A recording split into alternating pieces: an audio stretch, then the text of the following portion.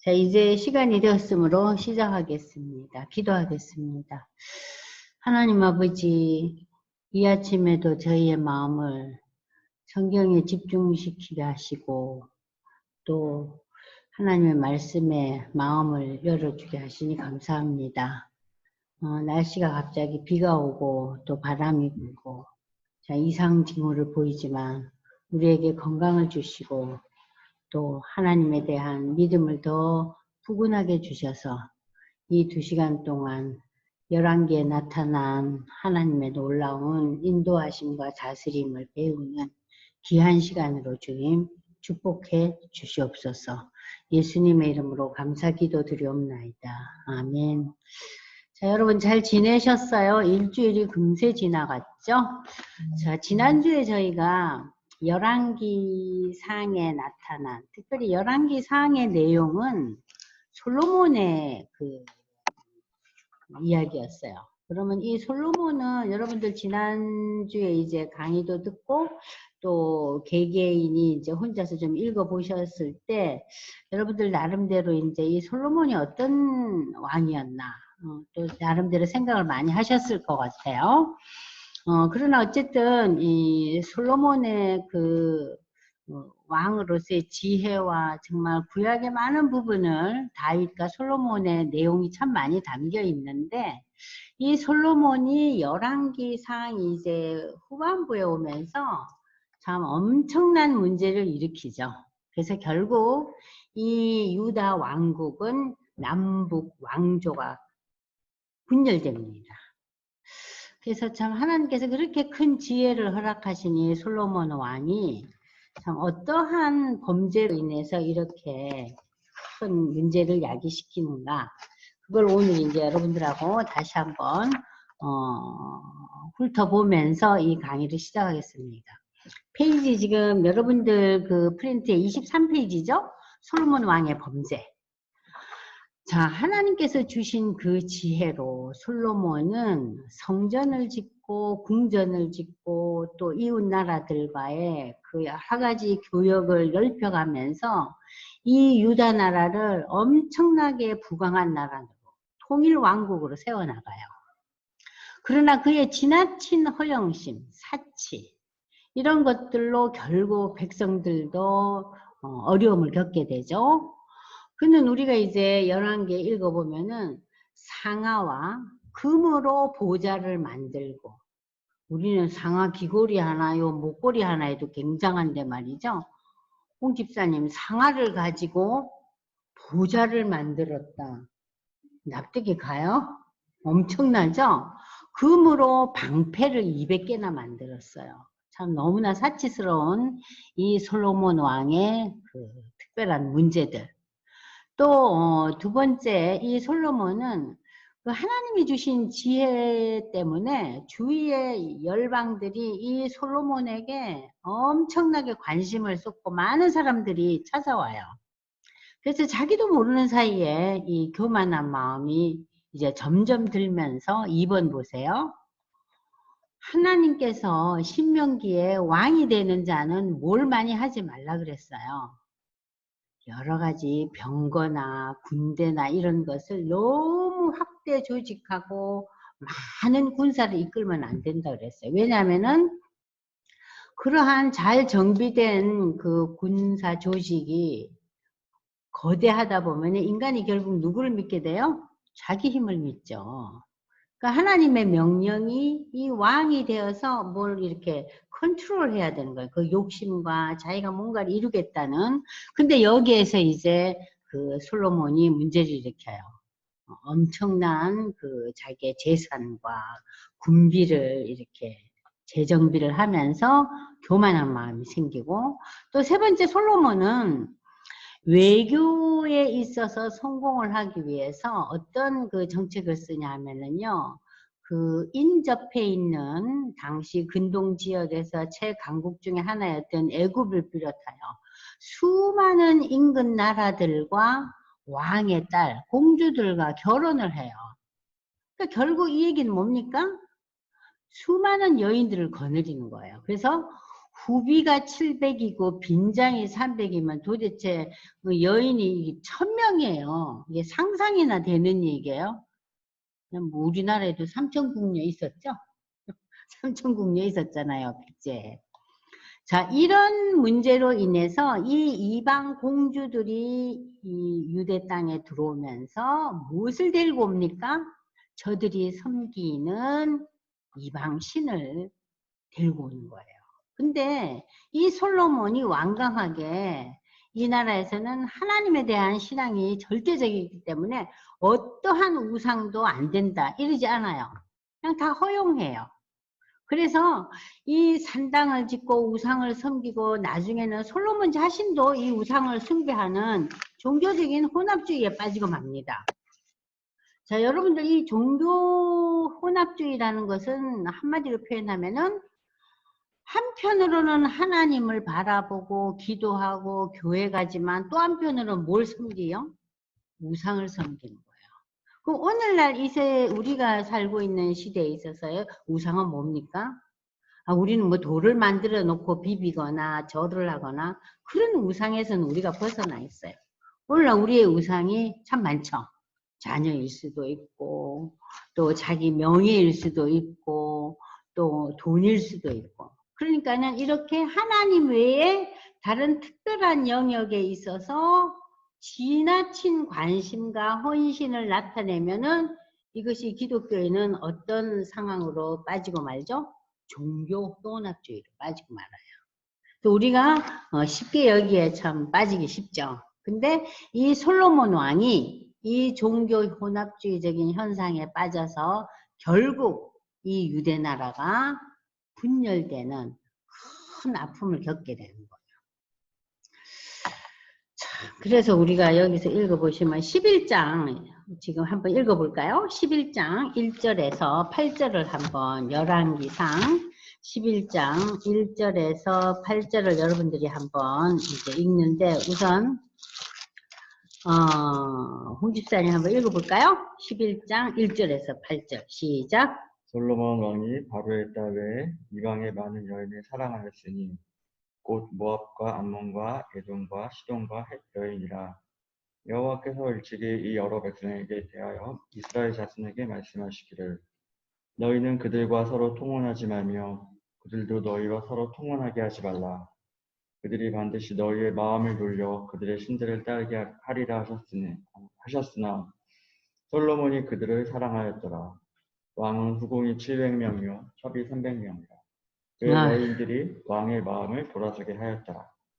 솔로몬의 나이가 많을 때에 그의 여인들이 그의 마음을 돌려 다른 신들을 따르게 하였으므로 왕의 마음이 그의 아버지 다윗의 마음과 같지 아니하여 그의 하나님 여호와 앞에 온전하지 못하였으니 이는 시돈 사람의 여신 아스다롯을 따르고 암몬 사람의 가증한 밀곰을 따름이라. 솔로몬이 여호와의 눈앞에서 악을 행하여 그의 아버지 다윗이 여호와를 온전히 따름같이 따르지 아니하고 모압의 가증한 그모스를 위하여 예루살렘 앞산에 산당을 지었고 또 암몬 자손의 가증한 몰록을 위하여 그와 같이 하였으며 그가 또 그의 이방 여인들을 위하여 다 그와 같이 한지라. 그들이 자기의 신들에게 분향하며 제사하였더라. 네. 그래서 이 솔로몬이 마음을 돌렸다. 여기 9절 보시면 솔로몬이 이렇게 마음이 처음 마음하고 달라지잖아요. 처음에 왕이 되고 난 뒤에 하나님 앞에 기도하는 그 솔로몬의 태도가 달라져서 이스라엘의 하나님 여호와를 떠남으로 여호와께서 그에게 진노하십니다. 하나님의 진노가 어떻게 이제 나타나는지 우리가 보겠습니다. 자, 다시 우리는 프린트로 돌아옵니다. 왕국의 분열 원인. 자, 하나님께서 솔로몬의 제약으로 인해서 이 나라를 내게서 빼앗아 내 신복에게 주겠다. 이 나라를 빼앗아서 내 신복에게 주었다. 신하에게. 이 열왕기상 11장 11절에 나오죠? 홍집사님 나오죠? 11장 11절 보시면은 내 신복이 여러분이 이제 기억하고 있는 여로보암이에요. 솔로몬의 아들이 르호보암이죠. 그 솔로몬이 아주 신임했던 그 신하가 여로보암이에요. 그러니까 여로보암에게 주겠다는 거예요. 이 예언이 결국 성취되는데, 원래 여로보암은 솔로몬의 신임을 받아 밀로 성을 건축하는 감독으로 선정되는 등 아주 능력을 인정받은 그런 신하였어요. 자, 그런데 일찍이 실로 사람 선지자 아이야는 여로보암에게 나타나서 자신이 입은 그 옷을요, 갑자기 12조각으로 찢어 놓는 거예요. 12조각으로요. 찢어 놓으면서 그 10조각을 거기서 가져가라 그래요. 그러면서 솔로몬의 손에서 10지파를 주며 솔로몬에게는 이스라엘의 모든 지파 중에서 한 지파. 그러니까 솔로몬이 어느 지파의 계보죠? 유다 지파잖아요. 유다 지파 플러스 한 지파. 그게 베냐민이에요. 그러니까는 통틀어 2지파죠. 그 2지파만 주겠다는 거예요. 그렇게 예언이 이제 29절에서 32절에 나타나요. 자, 읽어보시면은 열왕기상 11장 29절에서 32절 보시면은 그 즈음에 여로보암이 예루살렘에서 나갈 때 실로 사람 선지자 아이야가 길에서 그를 만나서 아이야가 새 의복을 입었고 그 두 사람들만 들에 있었는데 아이야가 갑자기 자기가 입은 새 옷을 잡아 찢으면서 12조각으로 만들어 놔요. 그러면서 여로보암에게 너는 10조각을 가져라. 이스라엘 하나님 여호와의 말씀이 내가 이 나라를 솔로몬의 손에서 찢어 빼앗아 10지파를 내게 주고 오직 내 종 다윗을 위하고 이스라엘 모든 지파 중에서 택한 성을 예루살렘을 위하여는 한 지파를 솔로몬에게 주리니. 자, 33절을 우리가 여러분들도 함께 읽겠어요. 시작. 홍지자 읽으세요. 이는 그들이 나를 버리고 시돈 사람의 여신 아스다롯과 모압의 신 그모스와 암몬 자손의 신 밀곰을 경배하며 그의 아버지 다윗이 행함 같지 아니하여 내 길을 행하지 아니하며 나보기에 정직한 일과 내 법도와 내 율례를 행하지 아니함이니라. 자, 그러니까 결국 이 유다 왕국이 남왕국과 북왕국으로 분리가 된 원인은 뭐예요? 이방선을 세운 거예요. 누구 때문에? 수많은 그 비빈들이 들어오면서, 이방의 비빈들이 들어오면서. 그러니까 참 우리 속담에 있잖아요. 집안에 여자가 잘 들어와야 된다 그러죠. 그죠? 잘못된 사람들이 들어와가지고 이 왕국이 이렇게 분열되는 거예요. 응? 자, 결국 이제 이렇게 이스라엘이 이제 그 두 왕국으로 되는데 여러분들 이제 페이지 24페이지로 넘어가면 이처럼 솔로몬이 하나님과 다윗과 맺은 여러분들이 사무엘 상하 배울 때 제가 무슨 얘기했어요? 구약 성경 중에서 특별히 중요한 부분들이 있다 그랬죠. 하나님과 맺은 언약들. 그 언약 가운데서 중요한 언약 가운데 하나가 사무엘하 7장에 나오는 다윗 언약이라 그랬죠. 다윗 언약은 결국 한마디로 표현하면은 뭐예요? 하나님만 섬기라는 얘기예요. 그 다윗 언약을 파기한 거예요. 이 솔로몬이. 그래서 하나님께서 다윗의 왕조를 에게 이렇게 분열의 아픔을 주지만 그러나 완전히 멸망시키지는 않고 영원히 세우신다는 약속을 성취하기 위해서 남유다와 북이스라엘로 분열만 시키는 거예요. 그래서 이 나라가 완전히 멸망으로 흘러가서 이 나라가 이 세상에서 사라지는 그런 나라는 아니에요. 있지만 아픔을 계속 겪어요. 그래서 유대 나라의 역사는 우리가 이제 세계사를 배우고 우리는 또 한국 역사도 배웠잖아요. 한국 역사 배울 때 우리 마음이 어때요? 굉장히 기쁨과 감격보다는 참담하고 왜 이렇게 우리나라는 여러 군데서 이렇게 시달리고 힘든 역사의 흐름에서 살아왔는가 그런 걸 생각을 많이 하게 되는데 유대에 비하면은 아주 그 아픔이 아주 적은 거예요. 이 유대 나라는 엄청난 고난을 겪어요. 근데 지금 유대 나라가 처음 겪은 고난이 홍 집사님 뭐였어요? 창세기에 나타나잖아요. 저들이 애굽의 종이 되죠. 그죠? 그 종살이를 430년 하죠. 그러고 난 뒤에 저들이 종살이에서 모세와 함께 하나님의 놀라운 은혜로 저들이 출애굽을 하잖아요. 출애굽을 하는데 저들이 편안하게 해요. 40년 광야 생활을 하죠. 40년 광야 생활을 하고 난 뒤에 저들은 또 무엇을 겪습니까? 350년 동안 사사시대 어때요? 그냥 주위의 여러 나라들의 그 갈등과 전쟁으로 인해서 엄청난 고난을 겪어요. 이 사사시대. 350년 동안. 그러고 난 뒤에 이제 사사시대가 끝나면서 사울왕, 다윗, 솔로몬 이렇게 이제 왕정으로 바뀌는 과정 동안 이 이스라엘의 역사는 고통과 아픔의 역사가 훨씬 더 많았어요. 자, 그러면 이제 우리가 여기서 그 다음에 이제 넘어갈 것은 자, 솔로몬의 아들 르호보암과 솔로몬의 신복이었던 여로보암. 저들이 이제 남유다 왕국과 북이스라엘 왕국의 왕으로서 지도자로서 이제 성경에 나타납니다. 드디어. 근데 이 르호보암과 여로보암이 죄를 또 많이 져요. 문제를 많이 일으켜요. 참 어떻게 이렇게 문제들을 많이 일으키는지 참 답답하죠. 왜 이럴까 하는 생각이 드는데 한번 보겠습니다. 자, 그러면 여러분들이 우선 르호보암은 어떤 인물이었는가? 23페이지 맨 밑에 보시면은요.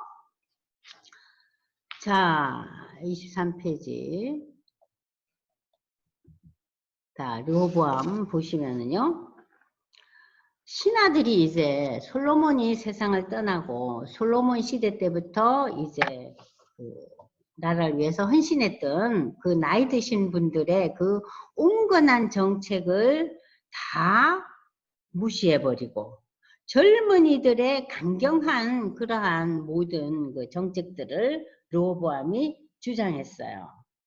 자, 그의 결정은 백성을 생각하기보다는 권력에 집착하는 왕의 모습을 드러냈고 하나님보다는 자기 개인의 사사로운 생각, 자기를 따르고 지지하는 젊은이들의 그 완전히 그냥 사로잡혀가지고 백성을 생각하기보다는 자신의 생각에 이제 빠져 있죠. 결과적으로 르호보암은 아버지 솔로몬보다도 더 무거운 멍에를 백성들에게 안겨줍니다. 사실 솔로몬 시대에도 이 이스라엘 백성들은 참 어려움이 많았어요. 솔로몬이 사치스러운 생활을 했다 그랬잖아요. 그죠?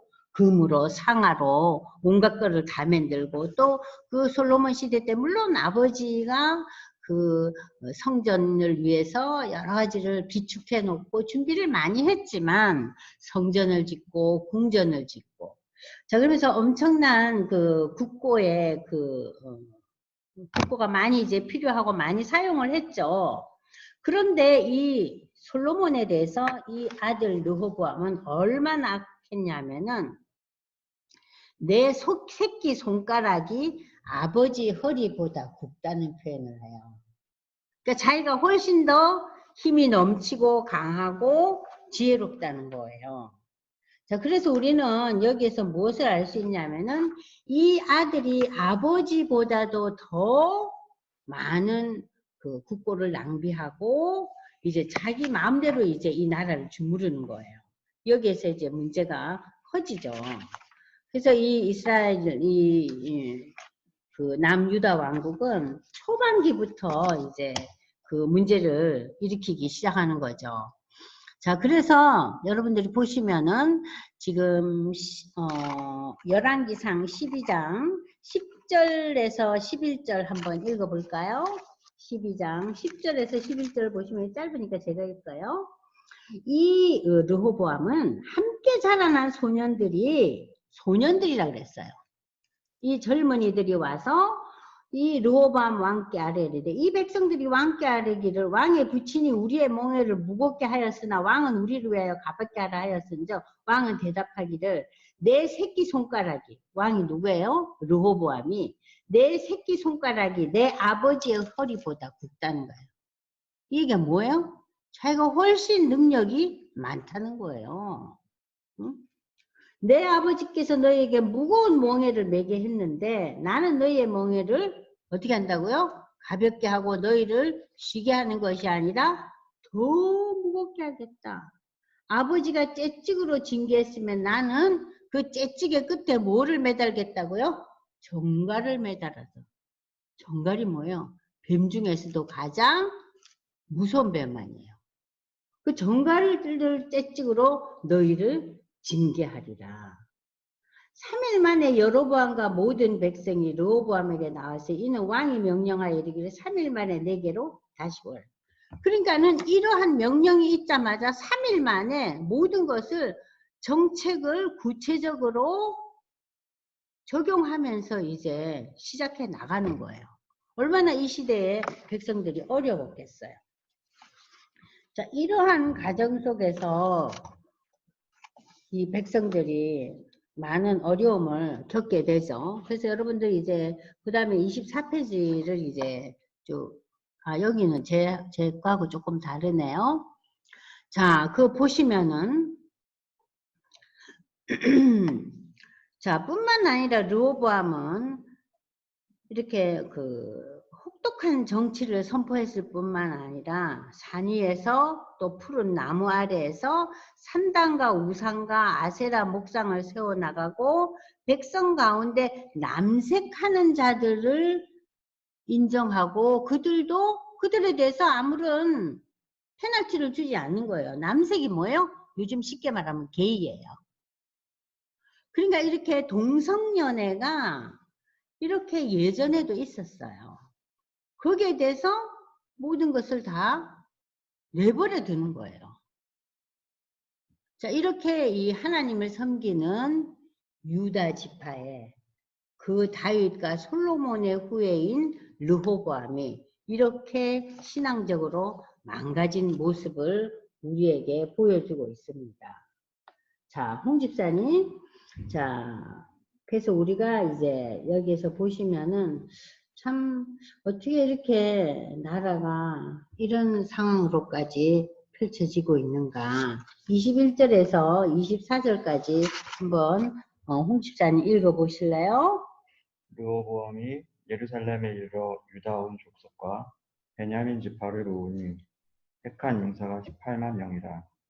이스라엘 족속과 싸워 나라를 회복하여 솔로몬의 아들 르호보암에게 돌리려 하더니 하나님의 말씀이 하나님의 사람 스마야에게 임하여 이르시되 솔로몬의 아들 유다 왕 르호보암과 유다와 베냐민 온 족속과 또 그 다음은 백성에게 말하여 이르기를 여호와의 말씀이 너희는 올라가지 말라.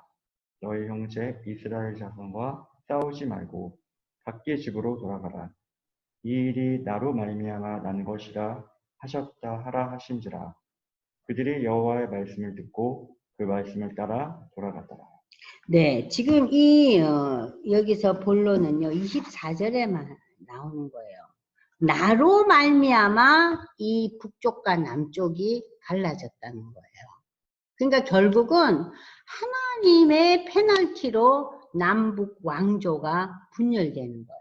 그래서 여기 하나님께서 무슨 말씀을 하세요? 이렇게 두 나라가 갈라지는데 너희가 이것을 위해서 하나가 되려고 노력하지 말라는 거예요. 내가 이렇게 만들었다는 거예요. 하나님께서. 그래서 이 일은 이 나라가 이렇게 두 쪽이 나는 것은 나로 말미암아 난 것이라 내가 만들었다는 거예요. 그러니까 이 여호와의 말씀을 듣고 그들이 순종하고 이 나라가 두 쪽 나는 것이 하나님의 인도하심에 있구나.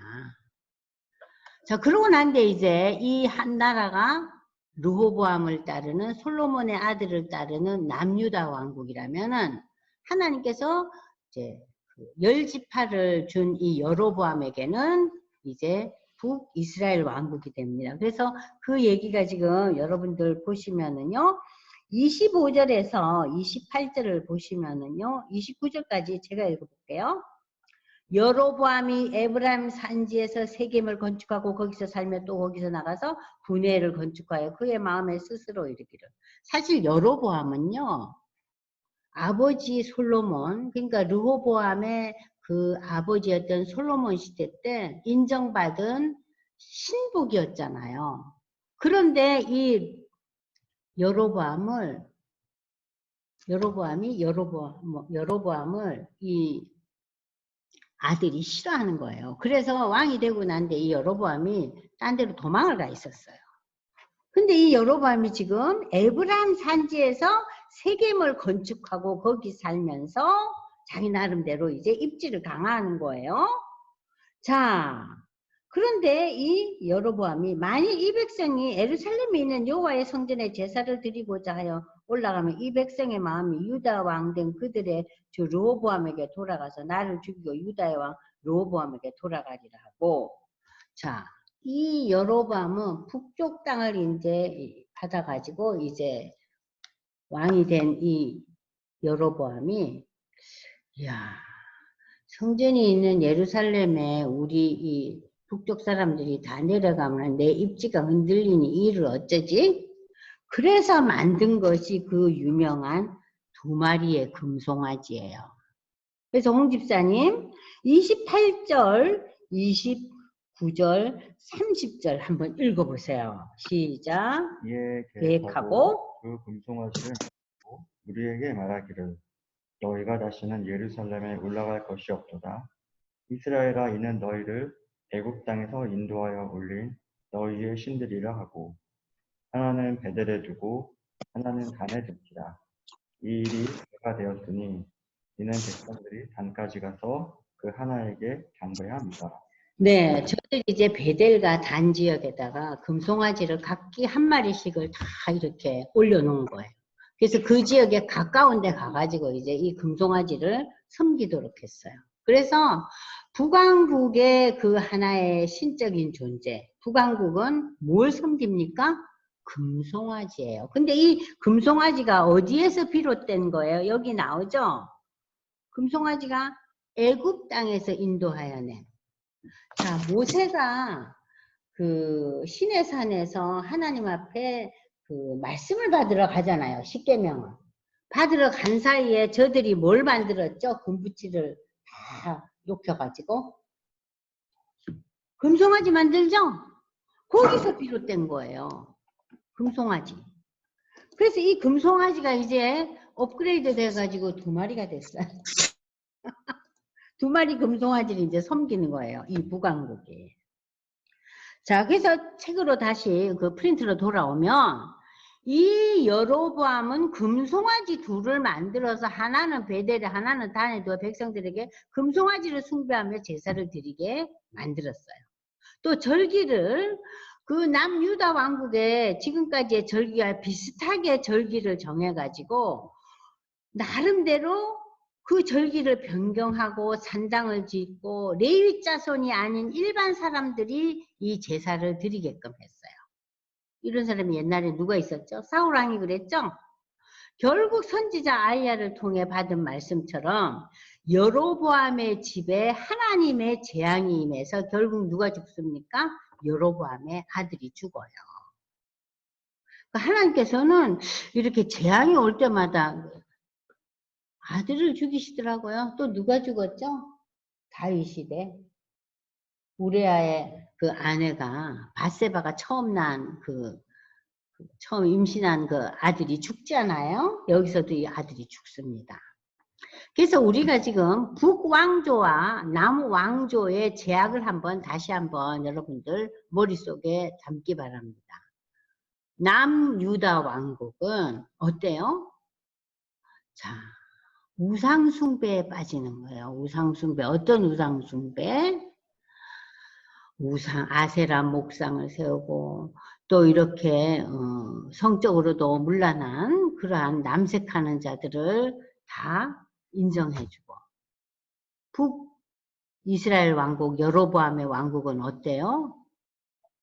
2마리 금송아지를 만드는 거예요.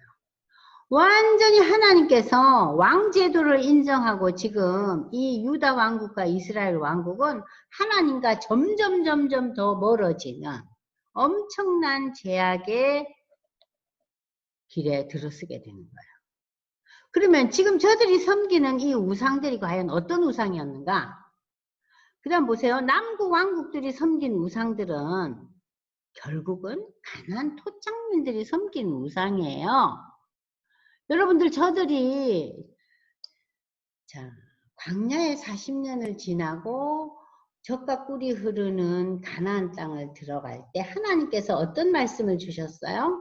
너희가 가나안 땅 들어가서 가나안에 있는 모든 우상과 그들의 종교 행위와 그들의 모든 문화적인 어떤 것도 남겨두지 말고 씨를 말려버리라 그러죠. 다 없애라 그러잖아요. 말살시키라 그러죠. 그런데 이 하나님의 백성들이 어떻게 해요? 남겨두죠.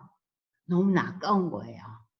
가나안의 그 새로운 문화. 저들은 노예 생활을 400년 이상 했죠. 40년 동안 광야에서 엄청난 고난의 여정을 보냈죠. 그런데 저들이 이 가나안 땅, 새로운 땅에 들어보니까는 템플도 있고 집도 짓고 여러 가지 그 건축과 문화와 음악과 예술과 정신이 없는 거예요.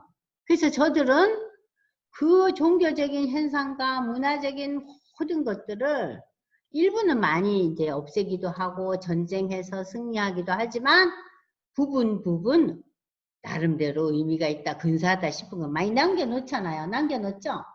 그랬더니 이제 사사시대에 와가지고 저들이 남겨놓은 이 가나안의 토착민들의 우상들이 그들에게 뭐가 됐어요? 올무와 가시가 됐죠. 그것들이 결국 시대를 가면 갈수록 이 유대 나라에 큰 화근 덩어리가 됩니다.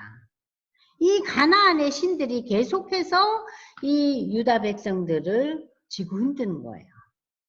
자, 그러면 이 가나안 신들에 대해서 한번 보겠어요. 가나안의 신에 의하면은, 자, 신에는 여자 신, 남자 신이 있어요. 남신이 뭐예요? 엘이에요. 엘. 여기 나오죠? 엘. 보셨죠? 홍 집사님. 엘. 그리고 여자 신은 아세라예요. 그러면 이 엘과 아세라가 결혼을 합니다. 남신과 여신이 결혼을 해서 이 사이에 태어난 아들 신이 바알신이에요. 아시겠어요? 엘신, 아세라 여신. 그래서 이 두 부부 신들이 태어난 아들이 바알신이에요. 자, 그래서 이 바알은 엘신을 개성해서 비와 땅의 풍요를 주관하는 농경의 신이 됩니다. 그러면 이 아세라는 엘의 아내로 가정을 주관하는 신이었는데 바알 단 앞에 목상으로 세워졌어요. 그러니까는 바알 단 앞에 그 어머니, 그 아세라 신이 그 나무로 이렇게 만들어졌어요. 그러면은 이 엘과 아세라 사이에 딸이 태어나죠? 이 딸이 이낫과 아스타롯이에요. 두 딸이 태어나요. 그런데 이 아낫과 아스타롯이 결국 말하자면은 누구와 결혼합니까? 아세라와 결혼을 해요. 오빠와 결혼하는 거예요. 아시겠어요?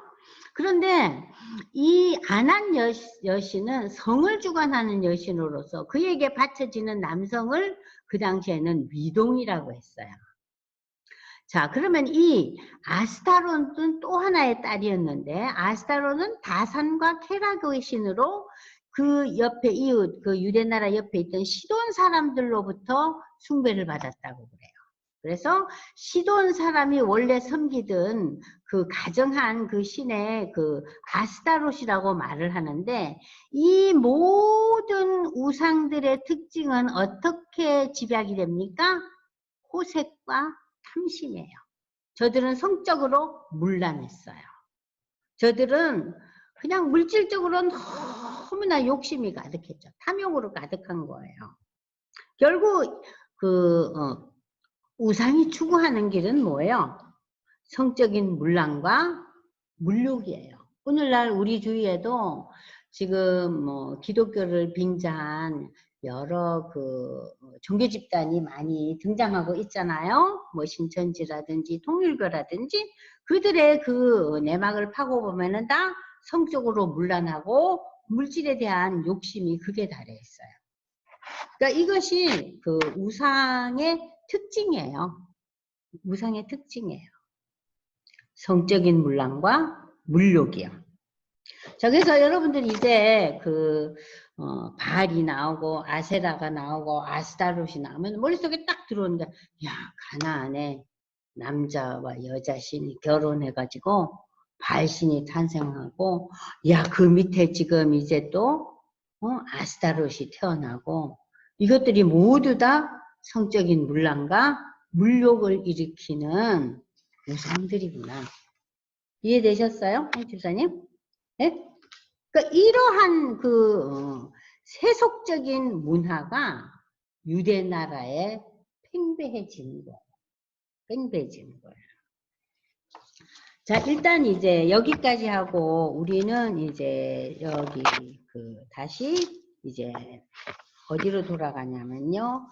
페이지 여러분들 몇 페이지로 돌아가냐면요.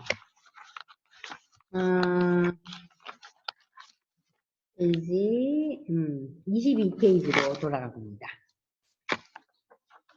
페이지 22페이지 펼치세요. 페이지 22페이지 펼치시면, 자, 지금 우리가 어떤 부분을 공부했냐면요. 페이지 22페이지 보면은 열왕기 상에 대한 초반부와 후반부 얘기가 나오는데, 초반부는 지난주에 했고, 이제 후반부 왕국의 분열과 열왕의 통치가 12장에서 22장에 나타납니다. 그럼 이제 여러분들이 지금 우리가 조금 본 게 르호보암의 죄악, 여로보암의 죄악, 하나님의 심판에 대한 예언, 이것이 이제 13장 1절을 한번 보겠습니다. 13장 1절에서 10절까지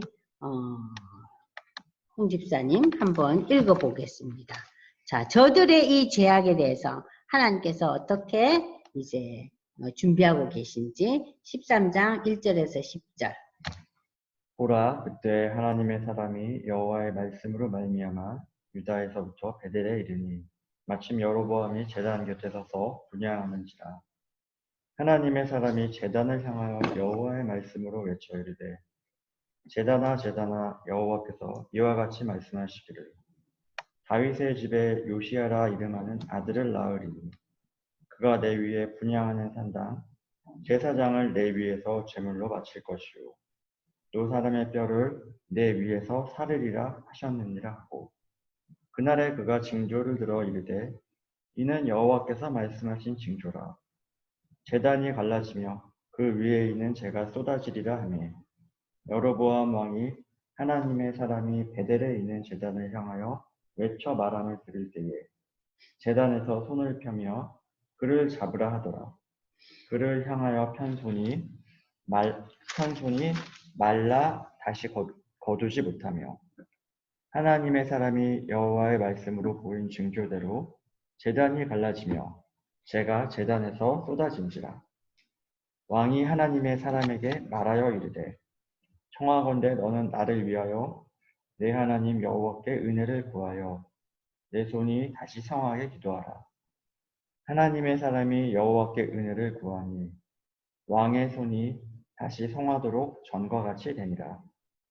왕이 하나님의 사람에게 이르되, 나와 함께 집에 가서 쉬라. 내가 내게 예물을 주리라.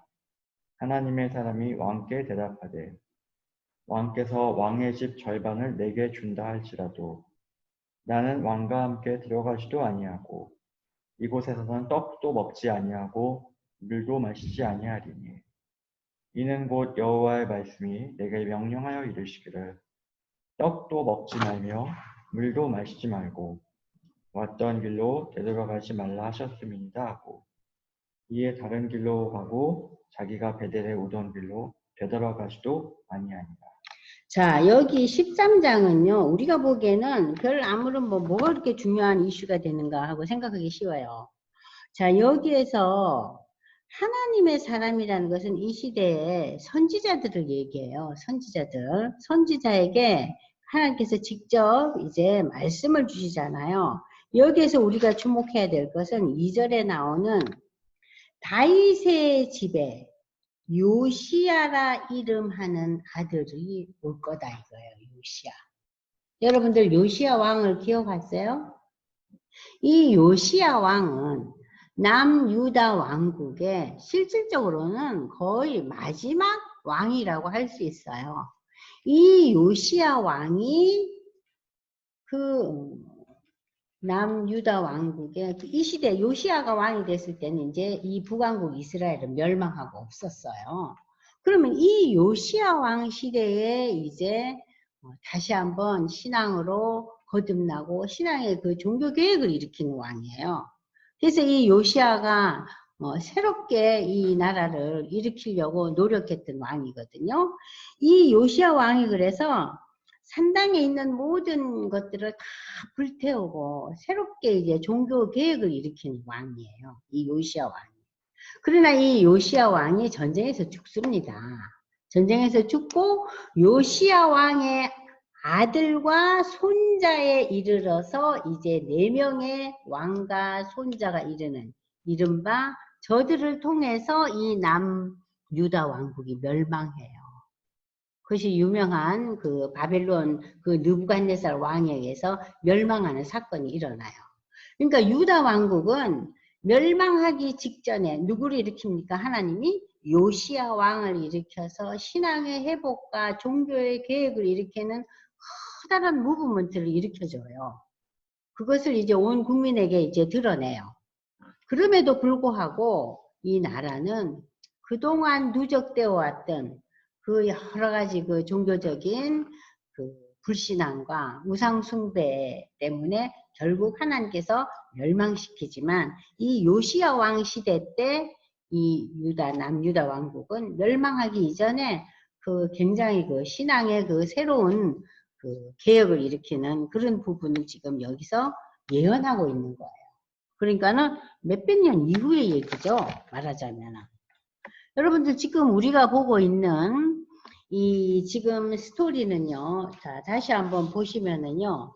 그 열왕기 그 상에 나타나 있는 그 사울 왕의 시대가 BC 1050년에서 1010년 아니에요? 그러면 다윗은 1010년에서 970년이죠? 40년씩이니까. 그러면 이제 솔로몬이 970년에서 930년이에요. 그러면 남북 왕조가 분열된 것은 몇 년이에요? BC 930년이에요. 솔로몬이 죽었을 때. 그죠? 솔로몬이 죽고 르호보암이 왕이 되자마자 이 왕국이 갈라지는 거예요. 그래서 왕국의 분열은 여러분들 메모해 놓으세요. BC 몇 년이라고요? 930년이에요. BC 930년 왕국이 분열하잖아요. BC 930년.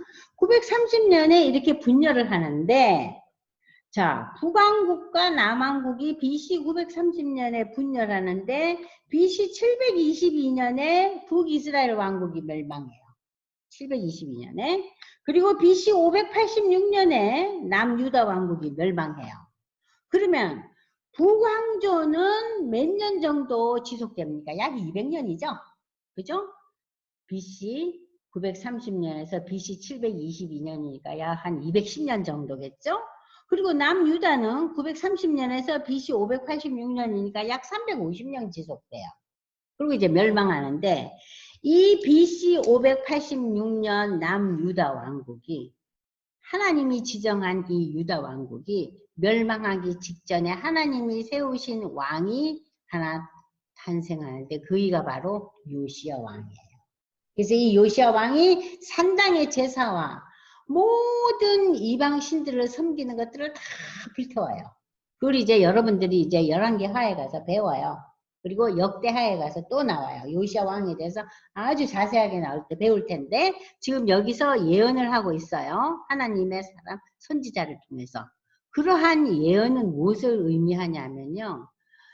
저들이 이렇게 불신앙과 또 이렇게 우상을 숭배함으로 말미암아 나라가 분열되고 또 이 나라들이 다 아수르와 또 그 바벨론에 멸망하지만 하나님께서 계속해서 하나님의 나라를 이 유다 왕국을 통해서 이루어 갈 거라는 것을 예언하고 있는 거예요.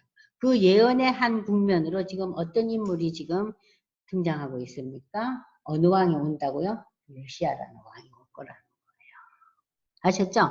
그래서 저희가 이제 열왕기 하에 가서 여러분들이 요시야 왕 배울 때 오늘 지금 얘기했던 거 기억을 한번 해보세요. 아셨죠? 요시야 왕 기억하시기 바랍니다. 자, 그러면은 이제 그 다음에 이제 이 요시야 왕을 여러분들이 기억하시고 성경을 펼치세요.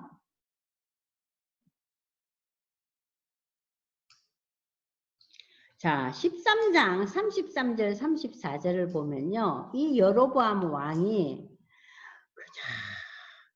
사마리아 이 성읍에 여러 가지 산당을 짓고 문제를 일으켰는데 그 여로보암의 그 이러한 제약 이후에도 악한 길에서 떠나지 않고 일반 백성들까지 산당의 제사장으로 삼아 누구든지 자원하면 산당의 제사장으로 삼았어요.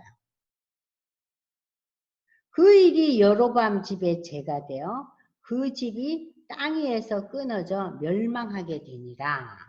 이 얘기는 뭐예요? 여로보암의 왕위는 끊어져요.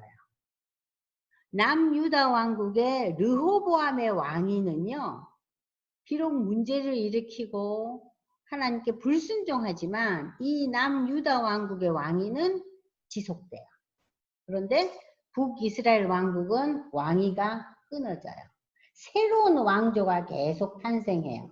자, 여러분들 우리가 역사에서 보면은 어떤 한 나라가 이제 잘 이렇게 잘 유지되어 가요. 그러다가 누군가 한 사람이 그야말로 뭐 혁명을 일으키잖아요. 그럼 그 왕을 죽이고 새로운 왕이 이제 즉위하죠. 그럼 왕조가 새로 되잖아요. 그래서 우리가 뭐 신라시대, 통일신라, 그 다음에 뭐가 나오죠? 고려시대, 이조시대 나올 때 왕조가 새로 탄생하죠. 자, 이렇게 왕조가 북왕국은 새로 바뀌어져요. 그 왕조가 조금 전에 우리가 봤듯이 BC 930년에서 BC 722년 북왕국이 멸망하는 동안 210년 동안요. 왕조가 9번 변해요. 너무 어이가 없죠. 그러니까 자꾸 모반을 하는 거예요. 신하들이. 그래서 새로운 왕조가 계속 일어나요. 그게 무려 210년 동안 9번 지속됩니다. 그러면 이 북왕조는 형편없는 나라죠. 한마디로. 그렇게 해서 결국 BC 722년에 아수르에 멸망해요. 그러나 남유다 왕국은 비록 BC 586년에 멸망하지만 저들은 왕조가 변함이 없어요. 계속해서 왕이 이어져 나가요. 자, 이것은 결국 여로보암의 제약 때문에 하나님께서 이 여로보암의 왕위를 끊어버리잖아요. 그죠? 그러면서 계속 끊긴다는 얘기예요.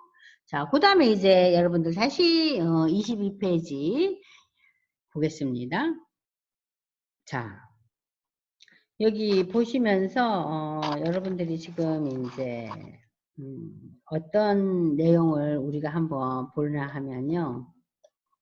집사님, 제가 이제 여기에서 세로 공유가 나와요. 새 공유가 나오면서 요걸 보겠어요. 예, 공유. 자, 여러분들 지금, 그, 노트북이나 여러분들 그 핸드폰에 나오죠? 화면에 나오죠?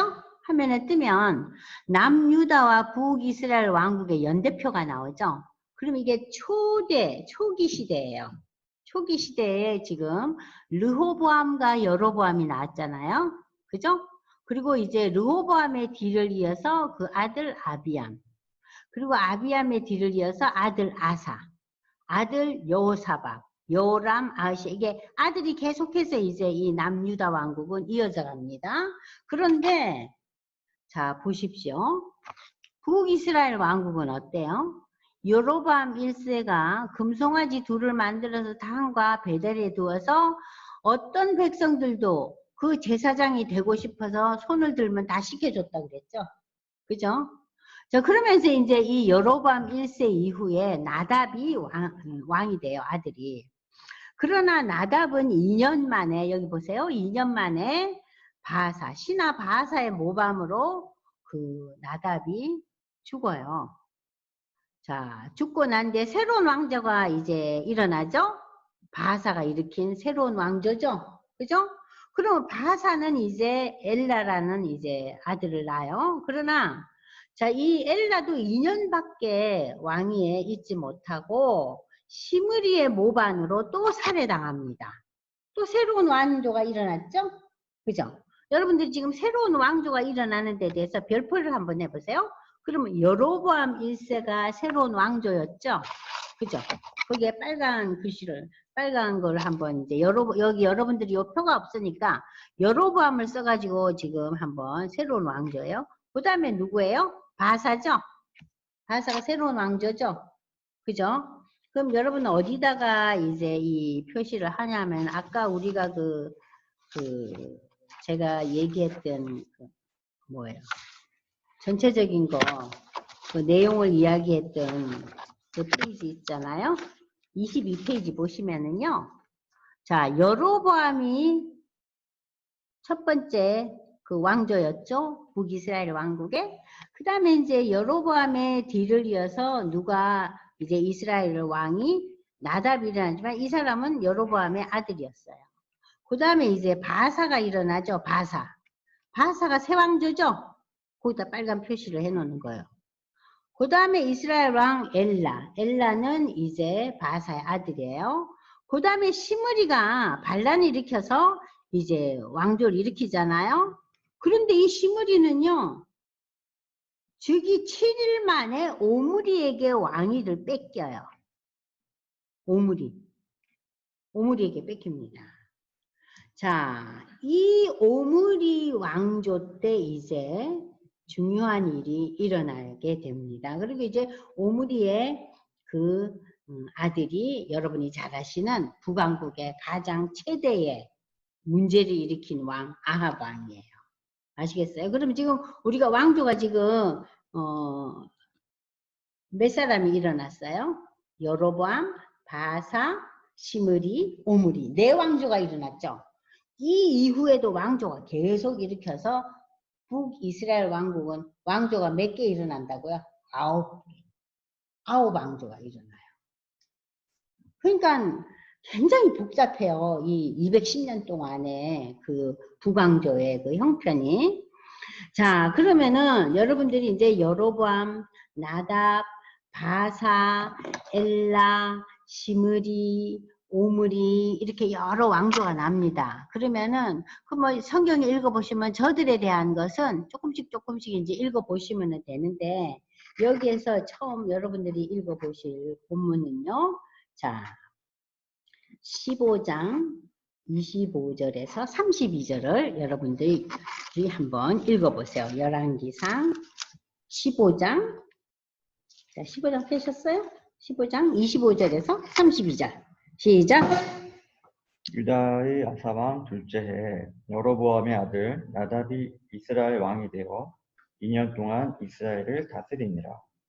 그가 여호와 보시기에 악을 행하되 그의 아버지의 길로 행하며 그가 이스라엘에게 범하게 한 그 죄 중에 행한지라. 이에 이사갈 족속 아이야의 아들 바하사가 그를 모반하여 블레셋 사람에게 속한 기브돈에서 그를 죽였으니 이는 나답과 온 이스라엘이 기브돈을 에워싸고 있었음이더라. 유다의 아사왕 셋째 해에 바하사가 나답을 죽이고 대신하여 왕이 되고 왕이 될 때에 여로보암의 온 집을 쳐서 생명 있는 자를 한 사람도 남기지 아니하고 다 멸하였는데 여호와께서 그의 종 실로 사람 아이야를 통하여 하신 말씀과 같이 되었으니. 네, 잠깐만. 우리가 조금 전에 읽었죠. 여로보암의 집안에 모든 사람을 다 멸족시키겠다 그랬잖아요. 그것이 이 시대에 와서 이루어지는 거예요. 자, 읽으세요. 이는 여로보암이 범죄하고 또 이스라엘에게 범하여 한 죄로 말미암음이며 또 그가 이스라엘의 하나님 여호와를 노엽게 한 일 때문이었더라.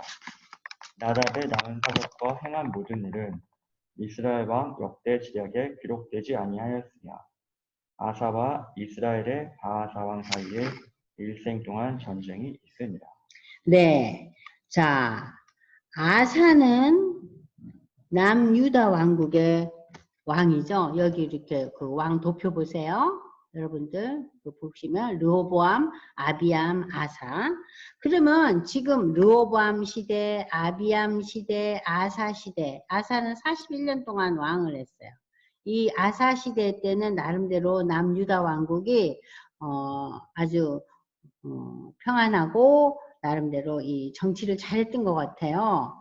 자, 이 시대에 지금 북왕국과 어떤 관계를 맺었냐면요. 일생 동안 무엇이 있었어요?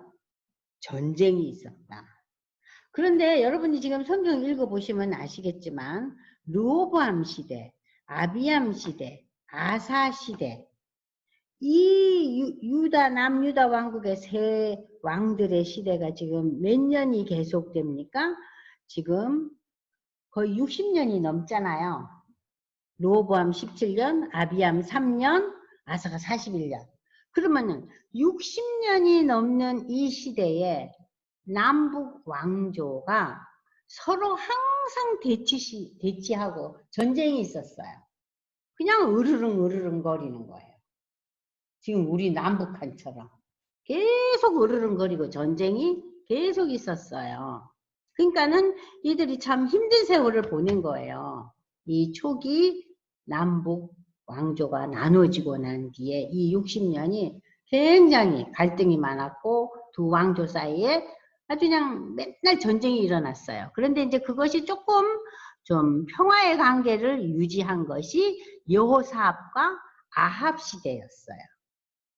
아시겠어요? 여호사밧과 아하 시대에 좀 나름대로 그래도 좀 평안을 유지했다 그래요. 자, 그럼 보시면은요. 집사님 여기에 왜 빨간 줄이가 있죠? 내가 긋지도 않았는데. 그죠? 화면에.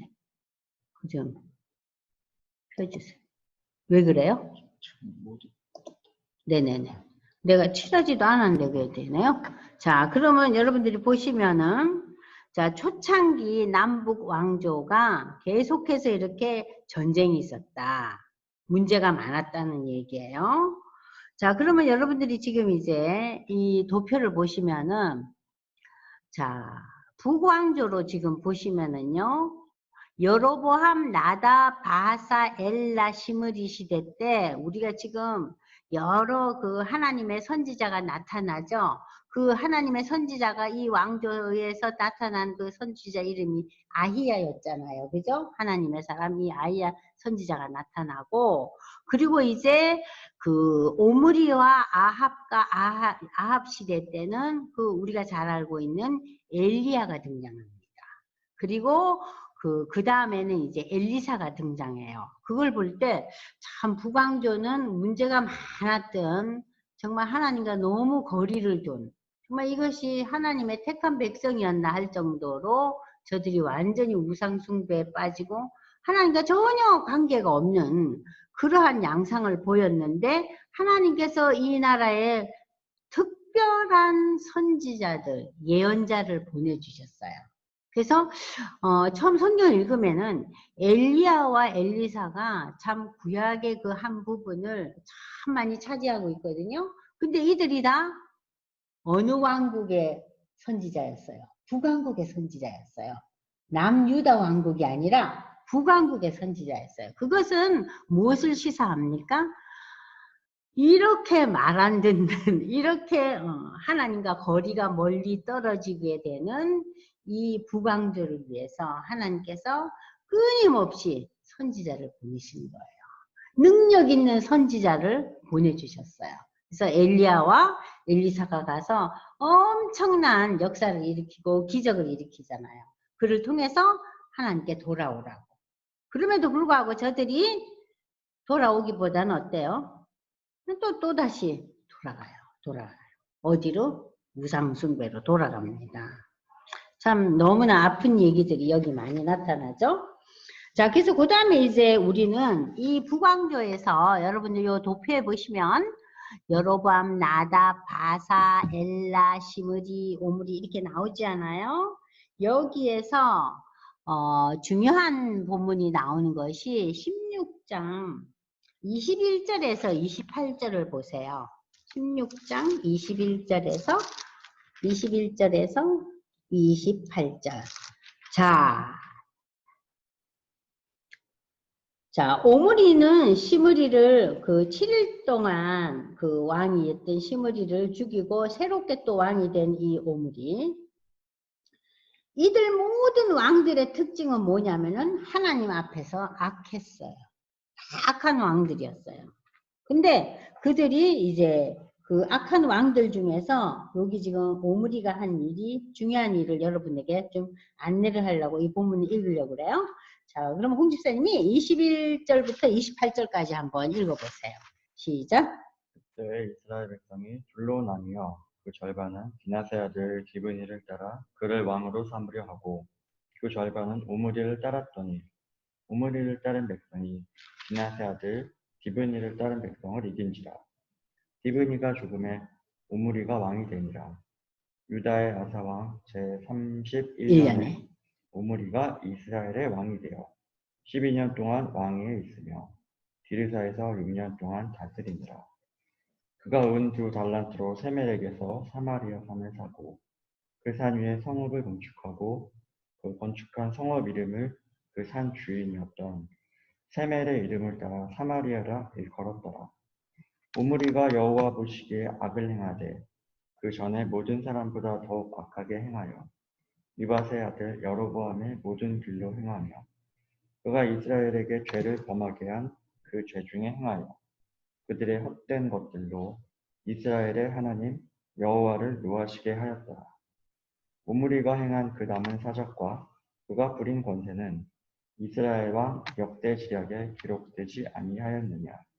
오므리가 그의 조상들과 함께 잠에 사마리아에 장사되고 그의 아들 아합이 대신하여 왕이 됩니다.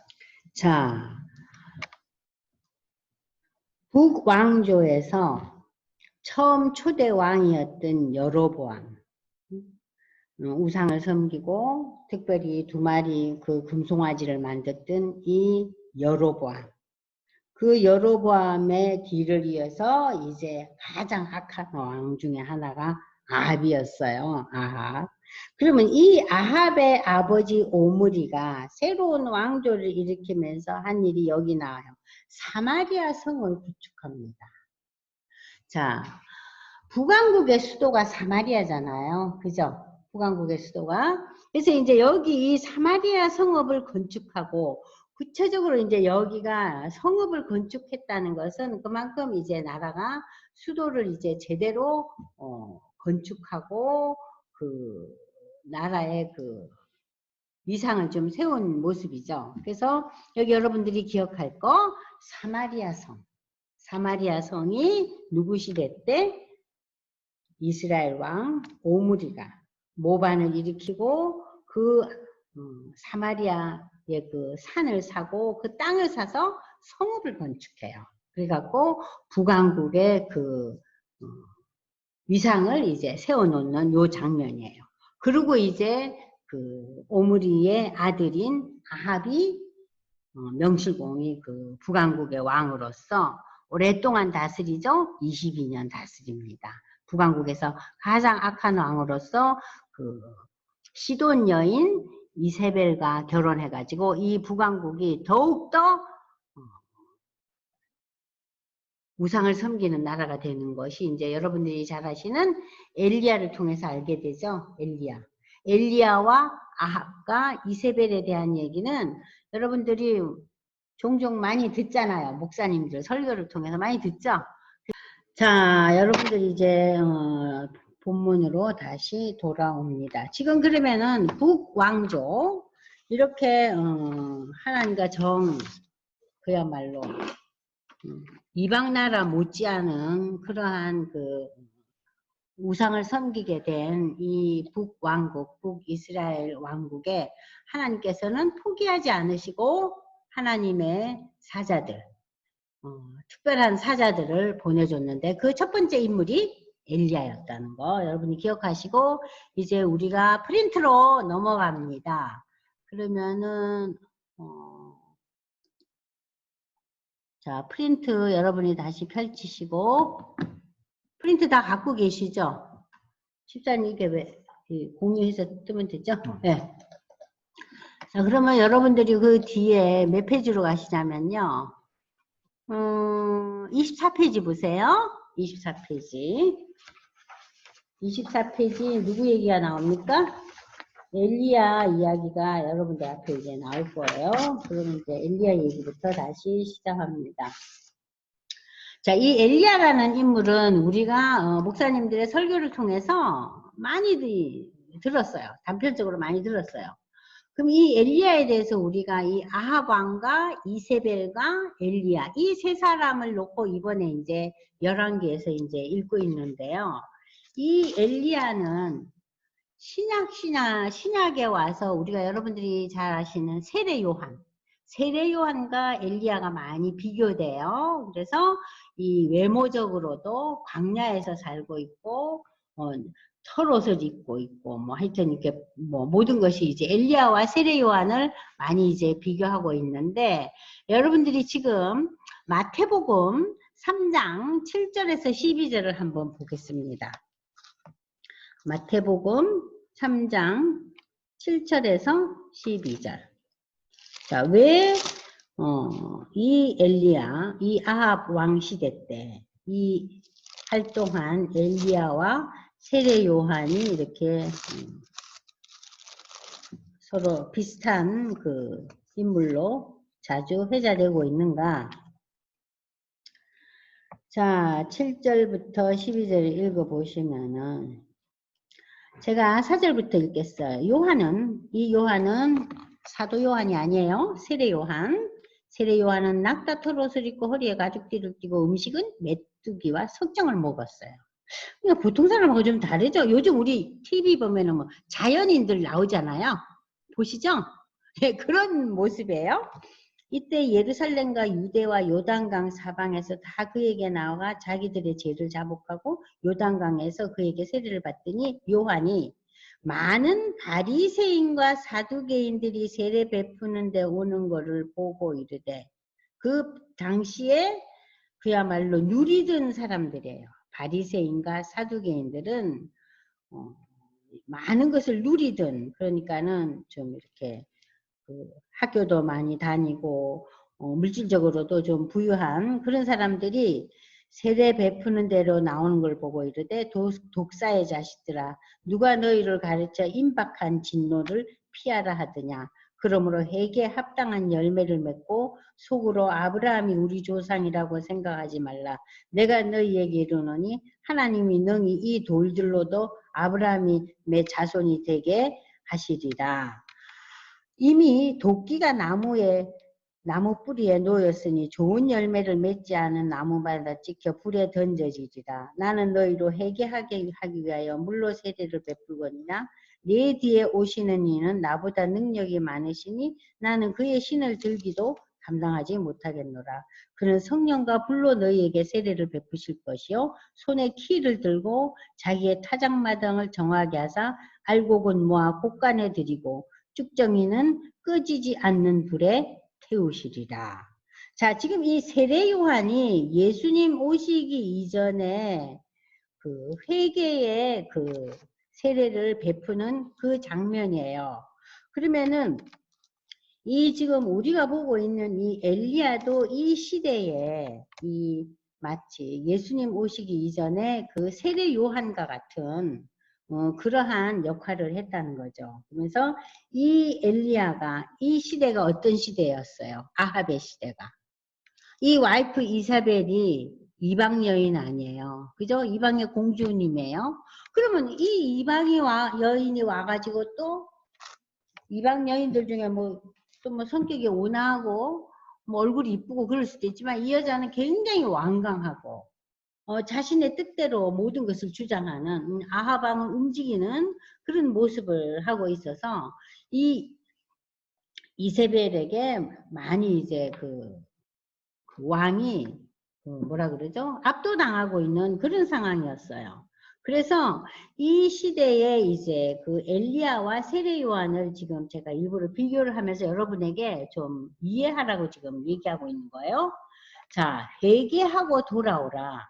그래서 이 엘리야도 이 시대에 그 심판과 하나님의 심판과 회개를 강조하고 엘리야와 신약시대의 세대 요한이 유사한 부분이 참 많다는 거. 그걸 생각하시고 이제 여러분들이 엘리야를 만나게 되면은 성경의 인물들을 이렇게 연결해서 생각하게 되는 거예요.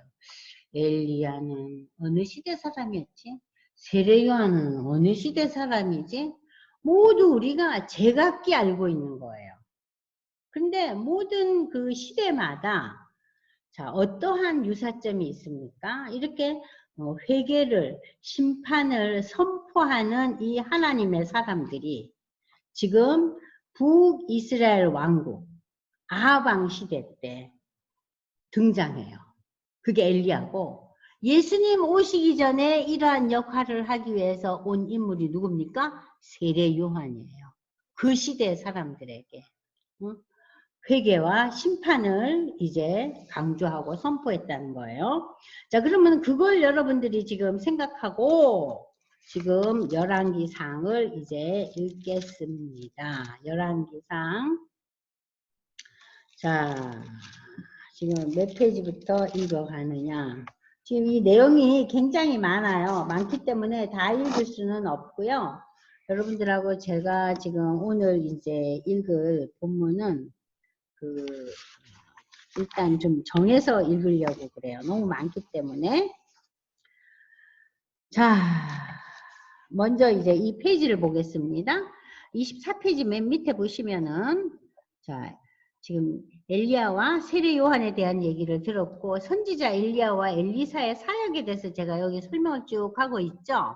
그래서 이 엘리야와 엘리사는 다 정말 하나님을 멀리했던 그 북왕국에서 활동한 하나님의 사람들인데, 이 엘리야는 죽지 않고 해오리바람, 해리바람 같은 거.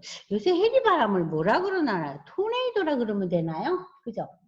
토네이도하고 비슷한 거예요. 그러니까 막 이런 막 소용돌이 치는 바람에 쌓여가지고 하늘나라에 올라가서 이 사람은 죽음을 경험하지 않았죠.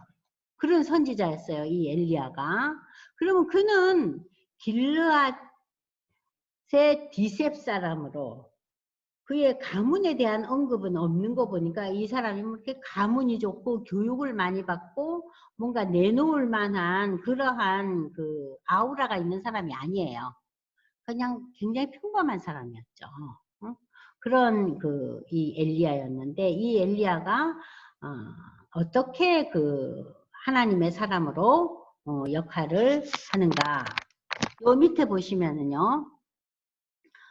자, 아합의 종교 정책이 우리 칸의 밑에 중간에 보면 나오죠. 찾으셨죠? 아합의 종교 정책. 바알을 숭배하고, 바알이 누구와 누구 사이에 태어난 아들이라 그랬어요? 네? 좀 전에 배웠죠?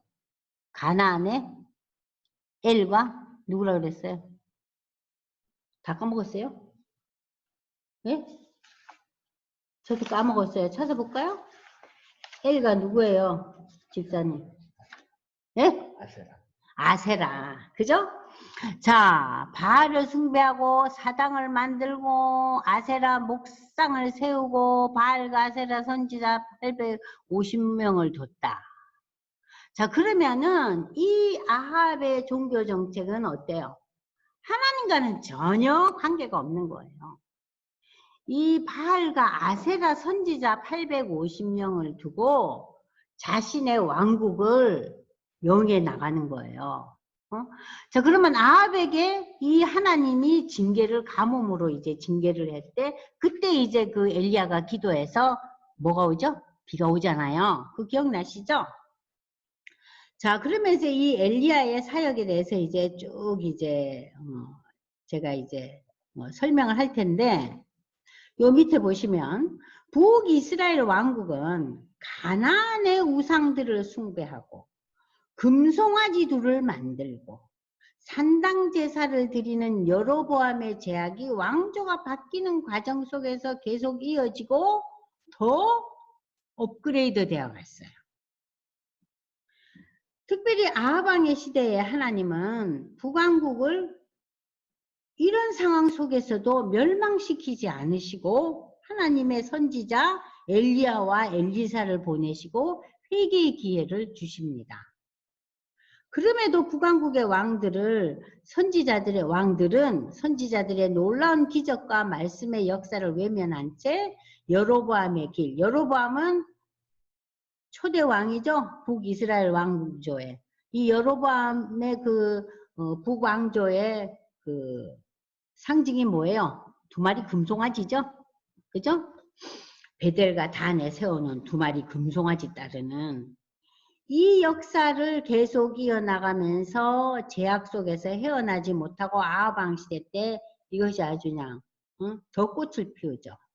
이 시대의 엘리야와 엘리사를 통해서 하나님은 어떤 역사를 일으키는가?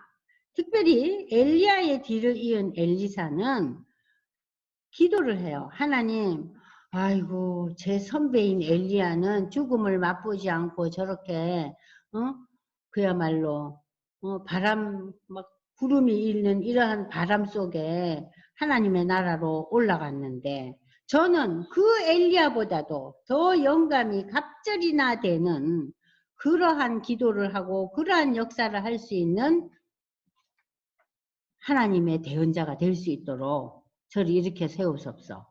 이 엘리사가 기도하는데 사실 엘리사가 나중에 사역의 현장이 더 넓고 더 폭넓어요. 많은 이적을 일으키잖아요. 자, 그래서 우리는 이 엘리야와 엘리사가 아합 시대 때 아합 시대 때 어떠한 일을 통해서 이 북왕조의 우상 숭배를 막고 있는가. 그걸 이제 여러분들하고 이제 공부를 하려고 하는 거예요. 자, 그러면 여러분들이 이제 피십시오. 16장을 피십시오. 16장. 자, 16장을 피시면은 16장 29절에서 34절에 보시면은 자, 집사님 읽으세요. 유다의 아사 제38년에 오므리의 아들 아합이 이스라엘의 왕이 되었다.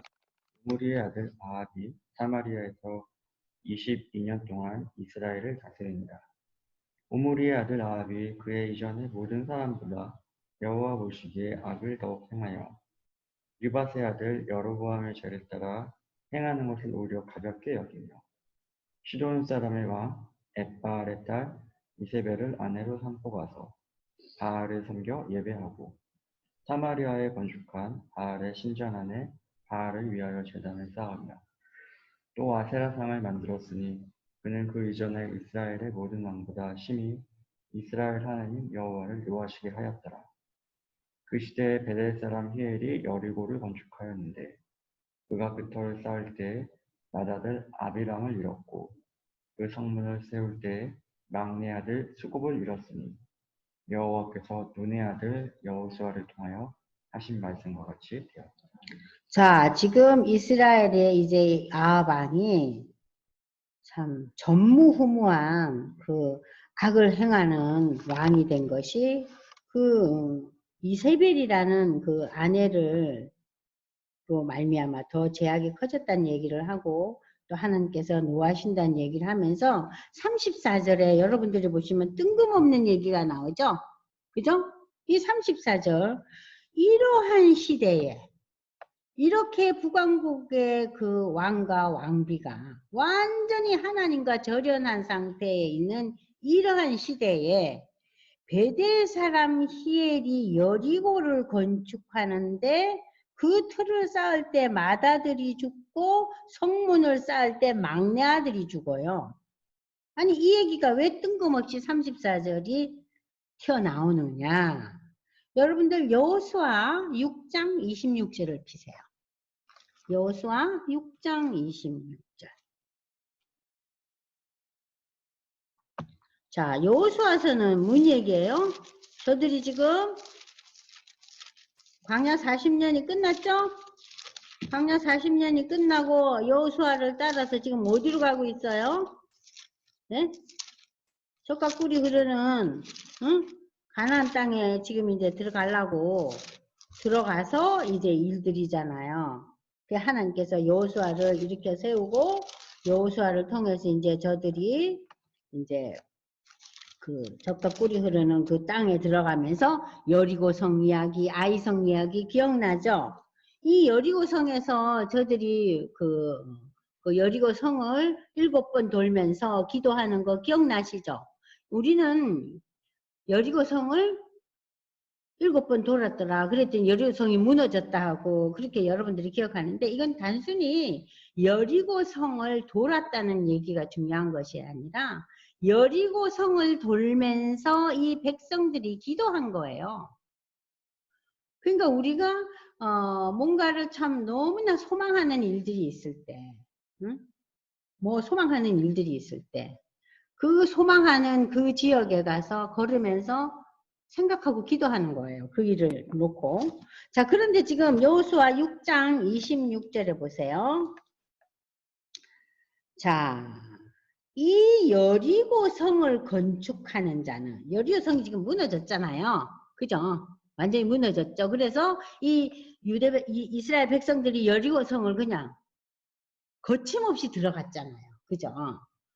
그래서 여리고성이 무너졌는데 누구의 힘으로? 하나님의 힘으로. 이게 자연 발생적으로 무너진 것처럼 무너지죠.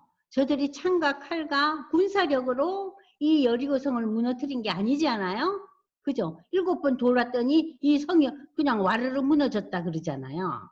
그러니까 하나님의 절대 주권에 의해서 이 성이 무너지죠. 홍집사님.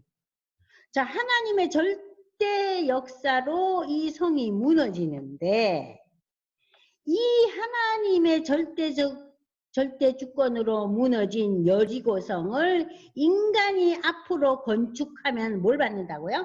저주를 받는다. 기초를 쌓을 때는 맏아들을 잃고 문을 세울 때는 막내 아들을 잃으리라 하는 예언을 여호수아가 해요. 왜냐? 이 여리고성이 이렇게 무너지는 것은 하나님이 하신 것을 드러내기 위해서 영원히 여리고성은 다시 건축되지 않아야 된다는 거죠.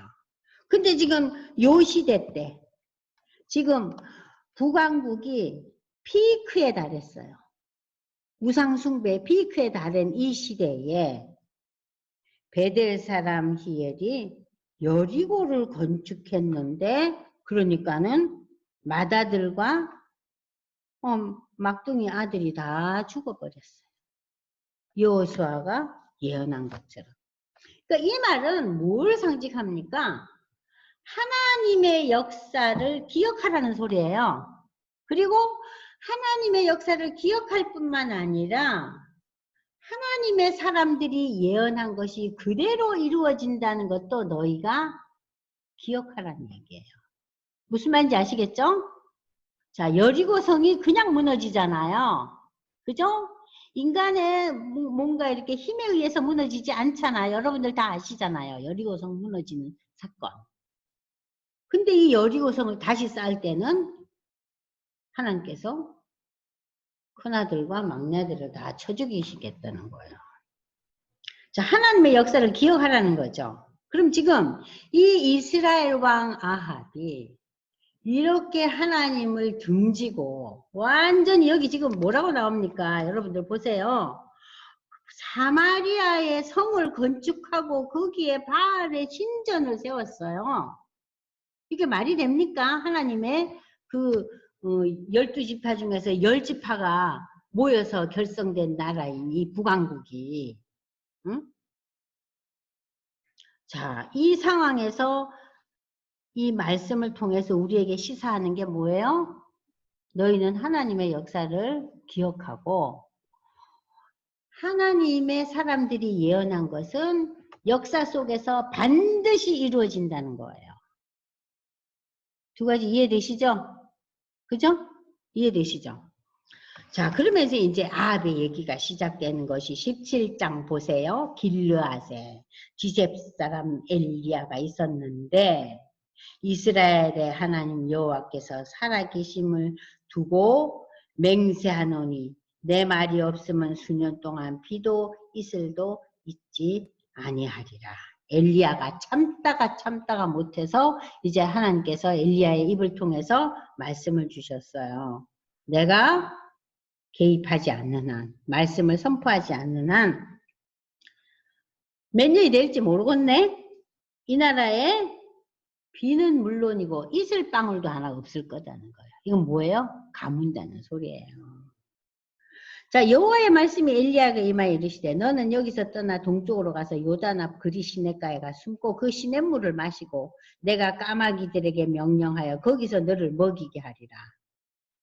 까마귀가 이 엘리야를 먹여준다네요. 그가 여호와의 말씀과 같이 하여 곧 가서 요단 앞 그리 시냇가에 머물며 까마귀들이 아침에도 떡과 고기를 저녁에도 떡과 고기를 가져왔고 그가 시냇물을 마셨으나 땅에는 비가 내리지 아니하므로 얼마 후에 그 시냇물이 말라버렸어요. 이제 엘리야도 먹을 게 없는 거예요. 자, 온 이 북왕국의 땅덩어리가 어떻게 됐어요? 완전히 광야가 돼버리는 거예요. 물이 없으면 광야 되잖아요.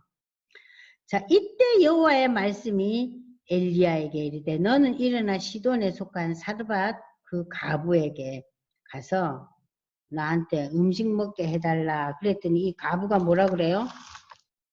아이고 이 아저씨 왜 이래? 우리는 문 먹을 게 있다고? 응? 뭔 소리요? 기가 막힌 거예요. 응?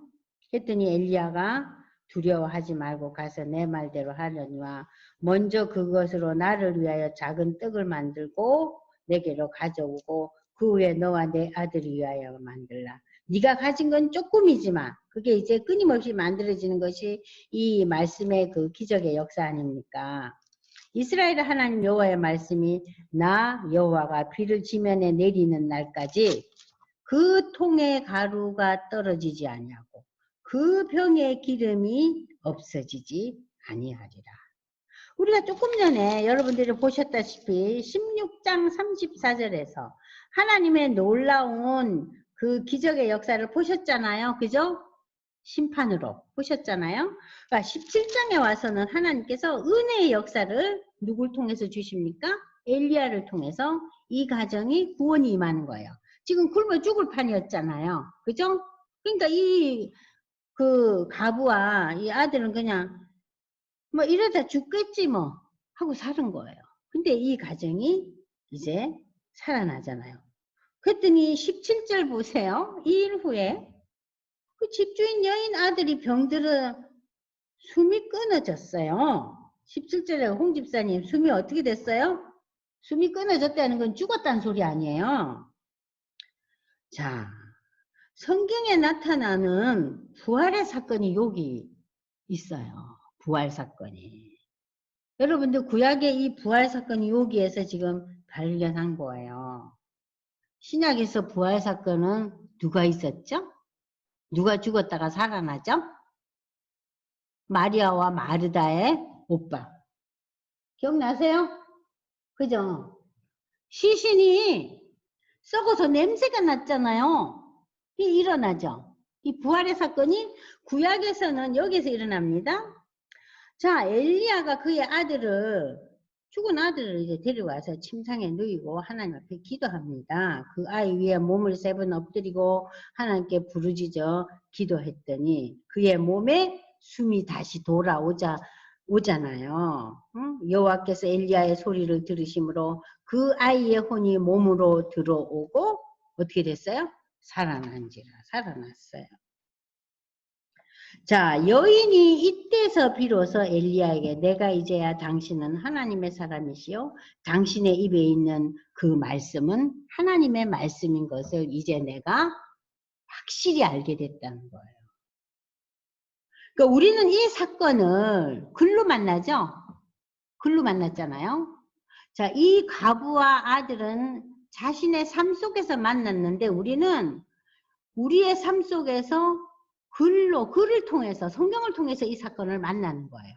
그래서 우리는 지금 뭘 만나요? 부활의 사건을 만난 거예요. 부활의 사건. 자, 하나님께서 이 가정을 구원해주고 이 가정의 죽음에 사망의 권세를 이기게 하는 부활의 역사를 일으켜줘요. 17장에. 그러니까 지금 이 17장에서 우리가 알아야 될 분명한 그 메시지는요. 하나님께서 엘리야 선지자를 통해서 이렇게 하나님을 등지고 사는 북왕국의 왕과 왕비와 수많은 백성들 가운데서도 하나님의 사람을 통해서 놀라운 은혜의 역사를 일으키고 있어요. 그 오늘날에도 그렇잖아요. 오늘날 우리 시대가 얼마나 지금 이 코로나19 때문에 어려움이 많잖아요. 이거 정말 무슨 재앙인가 싶잖아요. 우리가 어떤 할머니가 그러시더라고. 우리 평생에 아니 교회를 못 가. 내가 몸이 아파 교회를 못 가는 게 아니라 이거는 이 병 때문에 교회를 못 가요.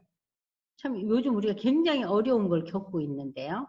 결국은 하나님께서 다스리리라고 저는 믿어요. 하나님의 장중에 있다고 믿어요.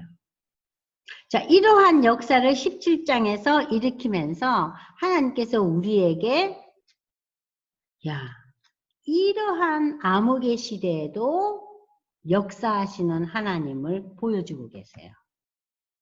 아유, 이 암흑 속에 하나님은 돌아가셨나? 하나님은 어디 계시나? 아이고, 가슴이 답답하네. 이 코로나 상황 속에 하나님은 안 계신갑다고 가슴을 치는 분들이 혹시 있을지 몰라요. 지금 이 시대에도 하나님은 분명히 역사하고 계시죠. 그래서 이제 드디어 18장에 와서 엘리야가 이제는 개인의 구원이 아니라 개인 가정의 구원에서 벗어나서 이제 엘리야와 바알 선지자가 대치하면서 이 하나님의 역사가 큰 무대를 펼치는 사건이 18장에 나타나는 거예요. 아시겠어요? 그러니까 여러분들이 성경을 볼 때 사건을 하나하나 보시지만 이 사건을 우리 저기 TV에서 영화 보면 이제 시리즈물 나올 때요. 그 자막에 뭐가 나와요? Continue 나오죠. 그죠? 그러면은 첫 번째 사건과 두 번째 사건이 다 이어지는 거예요. 지금 이 엘리야의 첫 번째 이적의 사건을 통해서 하나님은 개인과 한 가정에 대한 구원의 사건이 일어났죠. 지금은 이스라엘이라는 이 큰 나라에 그 크게 역사하는 일들이 이제 18장부터 시작되는 거예요. 그러니까 이제 드디어 개봉 박두예요. 대사건이 벌어지는 거죠. 자, 엘리야와 바알 선지자 이 얘기는 사실 여러분들이 이거는 다 읽어야 돼요. 그러니까 이번 주 여러분들이 가셔가지고 여기 18장의 1장 1절에서부터 집사님 1절에서부터 6절까지만 우선 한번 읽어보세요. 무슨 이야기인지 시작. 많은 날이 지나고 제3년에 여호와의 말씀이 엘리야에게 임하여 이르시되 너는 가서 아합에게 보이라. 내가 비를 지면에 내리리라. 엘리야가 아합에게 보이려고 하니 그때 사마리아에 기근이 심하였더라. 아합이 왕궁 맡은 자 오바다를 불렀으니 이 오바다는 여호와를 지극히 경외하는 자라. 이세벨이 여호와의 선지자들을 멸할 때에 오바다가 선지자 100명을 가지고 50명씩 굴에 숨기고 떡과 물을 먹였더라. 아합이 오바다에게 이르되 이 땅의 모든 물 근원과 모든 내로 가자. 혹시 꼴을 얻으리라. 그리하면 말과 노새를 살리리니 짐승을 다 잃지 않게 되리라 하고 두 사람이 두루 다닐 땅을 나누어 아합은 홀로 이 길로 가고 오바다는 홀로 저 길로 가니라. 자, 지금 이제 이 북왕국의 땅에 이제 오랫동안 가뭄으로 말미암아 가뭄이 심해지면은 모든 농작물이 이제 이렇게 없어지잖아요. 그러니까 이제 기근 현상이 심해지는 거죠. 자, 이러한 시대 때에 이세벨의 역할은 뭡니까? 하나님 앞으로 돌아오지 않고 더욱더 강경하게 여호와의 선지자들을 완전히 씨를 말리려고 그래요. 이 이세벨이. 그랬더니 이 오바다 선지자가 그 하나님의 사람들을 숨기는 거예요. 숨겨서 기도하게 하고 이 나라를 이끌어 나가를 영적인 힘을 이제 키우려고. 그래서 이 시대에 이제 그 엘리야와 오바댜 그리고 수많은 선지자의 무리들을 이제 하나님께서 예비해 두고 계세요. 자, 그러면서 여러분들이 쭉 읽어 가시면은 이제 계속해서 이제 쭉 읽어 가시면 이제 이 그러니까는 이세벨이 이끄는 그러니까는 여호와의 선지자를 매려려고 하는 이 부류와 오바댜와 엘리야의 하나님의 사람들 간의 대치 상태가 이제 계속 이루어지고 있는데요. 자, 여기 보시면은 15절 제가 보면요. 엘리야가 나는 내가 섬기는 만군의 여호와께서 살아계심을 두고 맹세하노니 내가 오늘 아합에게 보이리라. 오바댜가 가서 아합을 만나 그에게 말하며 아합이 엘리야를 만나러 가다가 엘리야를 볼 때 아합이 그에게 이르되 이스라엘을 괴롭게 하는 자가 너냐. 야, 너 때문에 이 나라가 기근이 오고 지금 모든 물 근원이 다 마르고 사람들이 지금 굶주림에 잡혀 있는데 이게 네가 이렇게 일을 만든 거 아니냐. 어? 자신의 불신앙과 불순종에 대한 생각이 없는 거예요. 그가 대답하되 내가 이스라엘을 괴롭게 한 것이 아니라 당신과 당신의 아버지의 집이 괴롭게 하였으니 이는 여호와의 명령을 버렸고 당신이 누구를 따랐다고요? 이방신 바알을 따랐기 때문이야. 그러즉 사람을 보내 온 이스라엘과 이세벨의 상에서 먹는 바알의 선지자 450명과 아세라의 선지자 400명을 갈멜산으로 모아 내게로 나오게 하소서. 자, 여기서 그 유명한 갈멜산의 대치 상황이 벌어지잖아요. 그죠? 자, 갈멜산의 이 대치 상황에 대해서 여러분들이 설교를 통해서 많이 들으셨잖아요. 그래서 오늘 여러분들은 이 18장, 19장, 20장 이 얘기는 그냥 쭉 한 2번 정도 집에 가셔서 2~3번은 읽으셔요. 야, 이런 일이 일어나네, 이런 일이 일어나네, 이런 일이 일어나네. 그러니까 여러분들이 설교를 들으실 때는 하나의 사건만을 들으시는데 이번에는 이 사건들을 계속해서 쫙 읽어보세요. 자, 이 사건을 통해서 우리는 이 엘리야가 하나님의 놀라운 구원의 역사를 경험했지만 이 엘리야가 19장에 와서는요. 엘리야가 완전히 그냥 하나님 날 데려갑시오 하는 거예요. 왜 그래요? 이 이세벨이 두려워가지고. 믿음의 사람, 하나님의 사람인 이 선지자 엘리야가 우리로서는 도저히 납득이 안 가는 거예요. 예? 자, 엘리야가 뭐라 그래요? 19장 4절 보세요. 이제 여러분들이 18장부터 이제 집에 가서 쭉 읽으실 때 19장 4절에 와서 어머야, 자기 자신은 광야로 들어가서 하루길쯤 로뎀 나무에 앉아가지고 죽기를 원하여 이르되 여호와여 넉넉하오니 지금 여기서 넉넉하다는 것은 하나님 괜찮습니다. 저 데려가도 더 이상 안 살아도 좋으니까요. 그냥 지금 죽여주시옵소서예요. 나 이제 이 여자한테 고만 이제 시달린대요. 나를 제발 데려가 주세요. 그랬더니 로뎀 나무 아래에 누워 자더니 천사가 그를 어루만지며 일어나 먹어라. 숯불에 구운 떡과 한 병 물을 갖다 놓잖아요. 그걸 먹고 정신을 차리죠. 응? 그래서 이제 40주 40야를 가서 하나님의 산 호렙에 이르러요. 거기서 이제 이 엘리야가 하나님의 음성을 듣는 거예요. 이 하나님의 음성을 이제 12절, 13절, 14절 음성을 들어요. 응? 자, 그러면서 이 엘리야가 이 사건을 걸으면서 마지막으로 이제 마무리를 자기의 뒤를 이어서 엘리사를 또 세워줍니다. 19절 엘리야가 사밧의 아들 엘리사를 만나니 그가 12결의 소를 앞세우고 결의는 2마리예요. 그럼 12결의 소면 24마리겠죠. 그럼 24마리 소를 앞세우고 밭을 가는 이 엘리사는 상당히 분홍이겠죠? 나름대로. 그죠?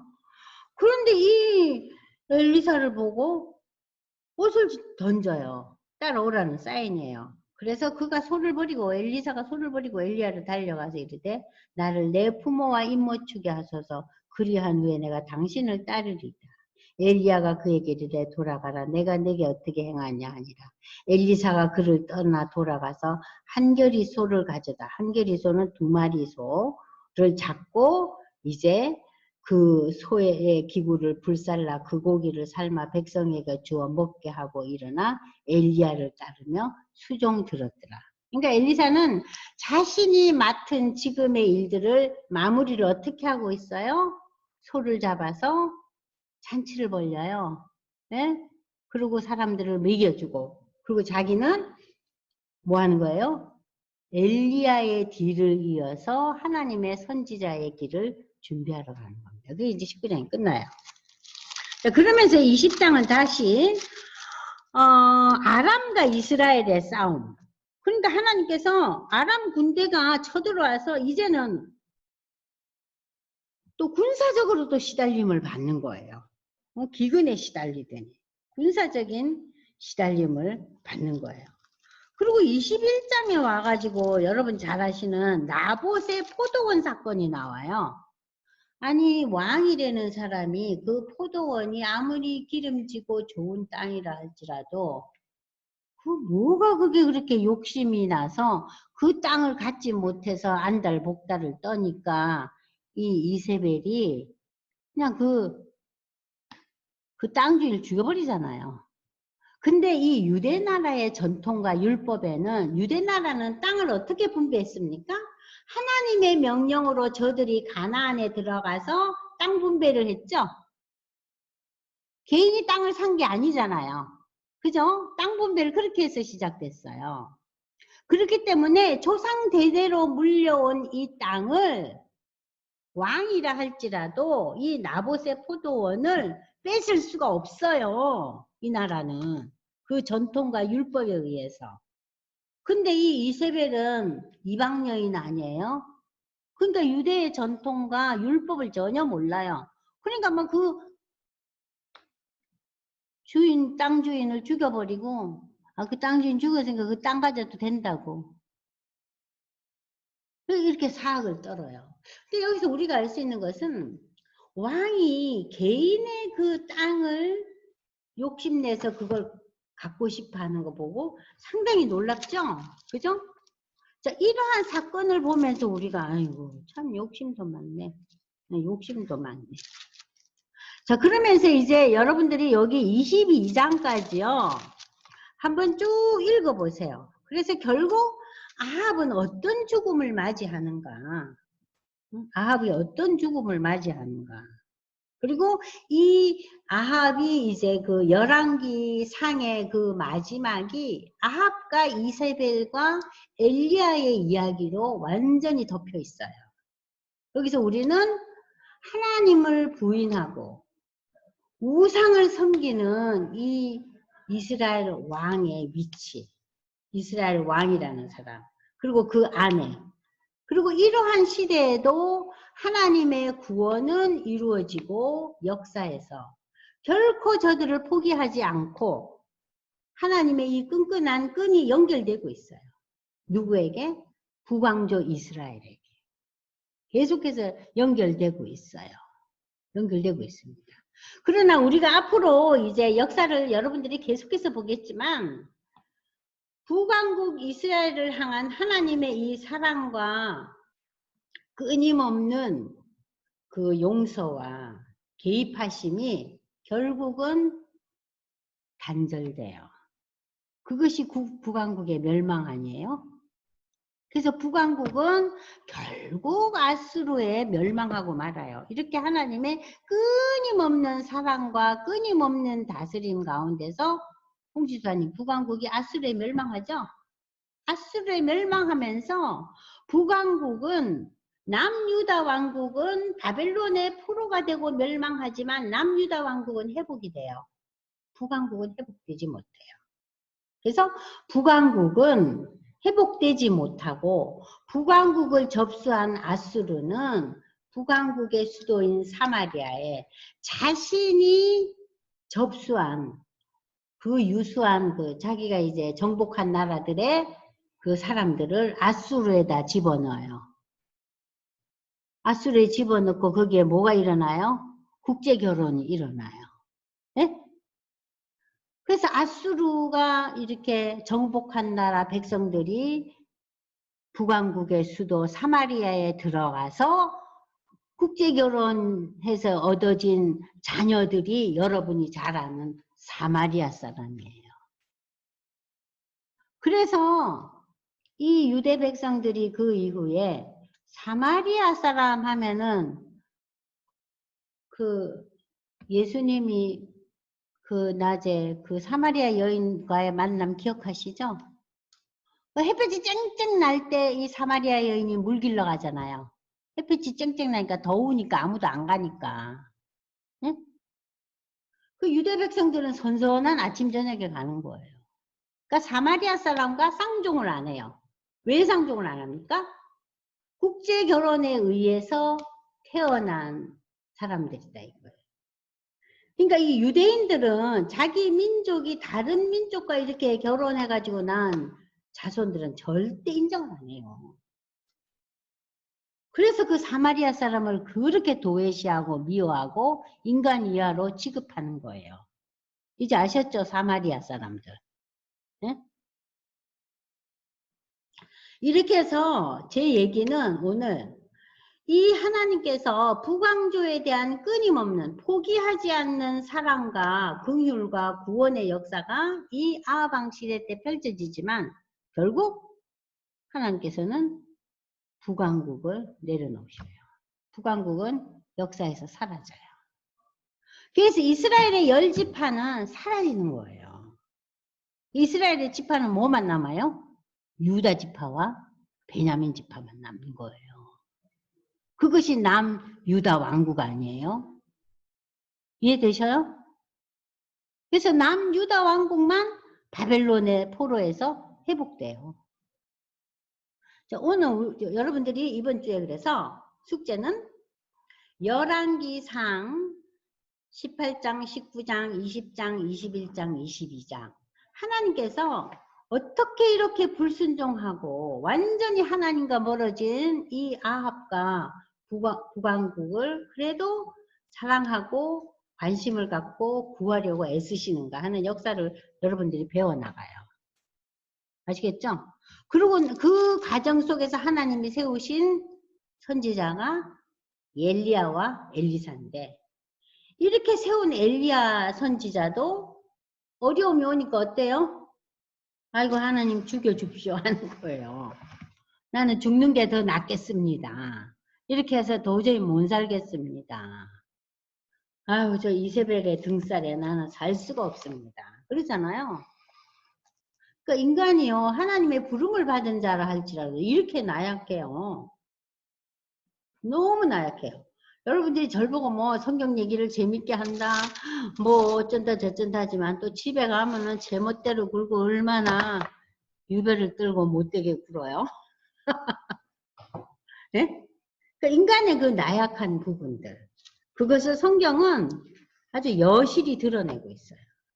그래서 이 열왕기상 마지막 부분 하나님의 다스림과 인간의 나약함을 생각하면서 그 시리즈를 그러니까 엘리야와 아하방과 이세벨의 이야기를 여러분들이 이번에는 그 TV로 그 연속극을 시리즈물로 보는 것이 아니라 성경을 통해서 시리즈물을 계속해서 읽어가시면서 그걸 한번 이렇게 맥을 잡아보세요. 하나님이 말씀하시는 게 무엇인가 결론이. 그리고 이제 그걸 제가 설명하고 오늘 여기까지 제가 이제 또 설명을 하고 이제 끝내려고 합니다. 시간이 갔지만 여기 보세요. 맨 마지막 장에 보시면요. 나눔이 나와요. 자 보십시다. 아합과 여호사밧의 동맹관계가 주는 교훈. 그러니까는 북왕국과 남유다 왕국이 철천지 왼수처럼 싸웠다 그랬잖아요. 아까 그죠? 그런데 여호사밧 왕 시대 때는 저들이 나름대로 동맹관계를 맺었어요. 자, 그런 걸 보시는데, 그러나 우리가 여기서 알아야 될 것은 26페이지 끝까지 하고 나머지는 다음 시간에 할게요. 이스라엘 왕 아합과 유다 왕 여호사밧은 신앙의 자세로부터 근본적으로 서로 다른 인물이다. 저들이 비록 동맹관계를 맺고 전쟁에 임하지만 결국 아합 왕은 전쟁터에서 죽어요. 그리고 여호사밧 역시 전쟁에 임하기 전 하나님의 뜻을 묻지 않는 불신앙적인 태도로 인해 결국 동맹관계 속에서도 승리하지 못합니다. 전혀 신앙적인 관점이 다른 이 북왕국과 남유다 왕국의 동맹은 하나는 죽음으로 끝나죠. 아합 왕은 죽고, 또 남유다 왕국의 여호사밧 왕은 하나님께 순종하지 않는 자와 동맹을 맺은 것에 대해서 선지자 예후로부터 엄청난 책망을 받아요. 그래서 신약에 와서 바울은 고린도후서 6장 14장 18절에서 어떤 이야기를 하고 있습니까? 여기까지 하고 오늘 이제 제가 강의 끝낼 텐데, 자, 고린도후서 6장 14절에서 18절 홍집사님 읽어보세요. 믿지 않는 자와 멍에를 내지 말라. 우리의 기도의 대상이고 우리의 전도의 대상이지만 그들과 멍에를 함께 하지 말라. 그 얘기예요. 시작. 고린도후서 6장 14절에서 18절 읽어보세요. 시작. 너희는 믿지 않는 자와 멍에를 함께 매지 말라. 의와 불법이 어찌 함께하며 빛과 어둠이 어찌 사귀며 그리스도와 벨리알이 어찌 조화되며 믿는 자와 믿지 않는 자가 어찌 상관하며 하나님의 성전과 우상이 어찌 일치가 되리요. 우리는 살아계신 하나님의 성전이라. 이와 같이 하나님께서 이르시되 내가 그들 가운데 거하며 두루 행하여 나는 그들의 하나님이 되고 그들은 나의 백성이 되리라. 그러므로 너희는 그들 중에서 나와서 따로 있고 부정한 것을 만지지 말라. 내가 너희를 영접하여 너희에게 아버지가 되고 너희는 내게 자녀가 되리라. 전능하신 주의 말씀이니라 하셨느니라. 네, 이 얘기는 믿지 않는 자는 우리의 기도의 대상이고 우리의 전도의 대상이긴 하지만 그들과 함께 일을 하다 보면은 우리가 큰 낭패를 당하기 쉽다는 거예요. 그러니까 우리가 믿지 않는 자는 우리에게 뭡니까? 기도와 전도의 대상이 돼야 돼요. 그들은 우리에게 진정한 교제의 대상이 되기는 어렵죠. 이해되시죠? 네. 자, 그래서 오늘 제가 이 나눔 1, 2와 이 엘리야와 엘리사 이야기는 다음 주에 조금 더 마무리를 하고 열왕기 하는요 엘리사 이야기부터 시작돼요. 네? 그러니까 여러분들이 이번 주말에 이제 그 열왕기 상 마지막 부분들, 그 엘리야의 스토리, 아합 왕의 이야기, 그리고 아합 왕이 어떤 고난을 겪는가 그런 걸 쭉 한번 읽어보시면서 그 북왕조의 그 하나님과 멀어진 이 북왕조의 그 정말 아주 굉장히 완전히 멀어지죠. 하나님의 자녀라고는 도저히 할 수가 없죠. 그런 면을 한번 좀 읽어보시기 바랍니다. 기도하겠습니다. 하나님 아버지 감사합니다. 오늘도 저희에게 하나님 말씀에 집중하게 하시고 또 읽고 듣게 하셔서 참 역사적으로는 참 3000년 전의 이야기지만 하나님 그 오래전 이야기가 오늘 우리의 삶 속에서도 다시 재조명되어 하나님의 나라를 우리가 예비하고 준비하며 하나님의 사람으로 살아가는데 큰 걸음의 역할을 할 수 있도록 아버지 우리를 인도하시고 말씀에 더욱더 심취되는 저희가 될 수 있도록 축복해 주시옵소서. 오늘도 우리 홍 집사님 모든 일들을 내려놓고 저와 함께 이 클래스를 위해서 수고하심을 감사드립니다. 하나님 그 노고를 축복해 주시옵소서. 오늘 참여한 우리 모두에게도 하나님의 사람으로 되어가는 아름다운 여정으로 주님 인도하여 주시옵소서. 예수님의 이름으로 감사 기도 드리옵나이다. 아멘.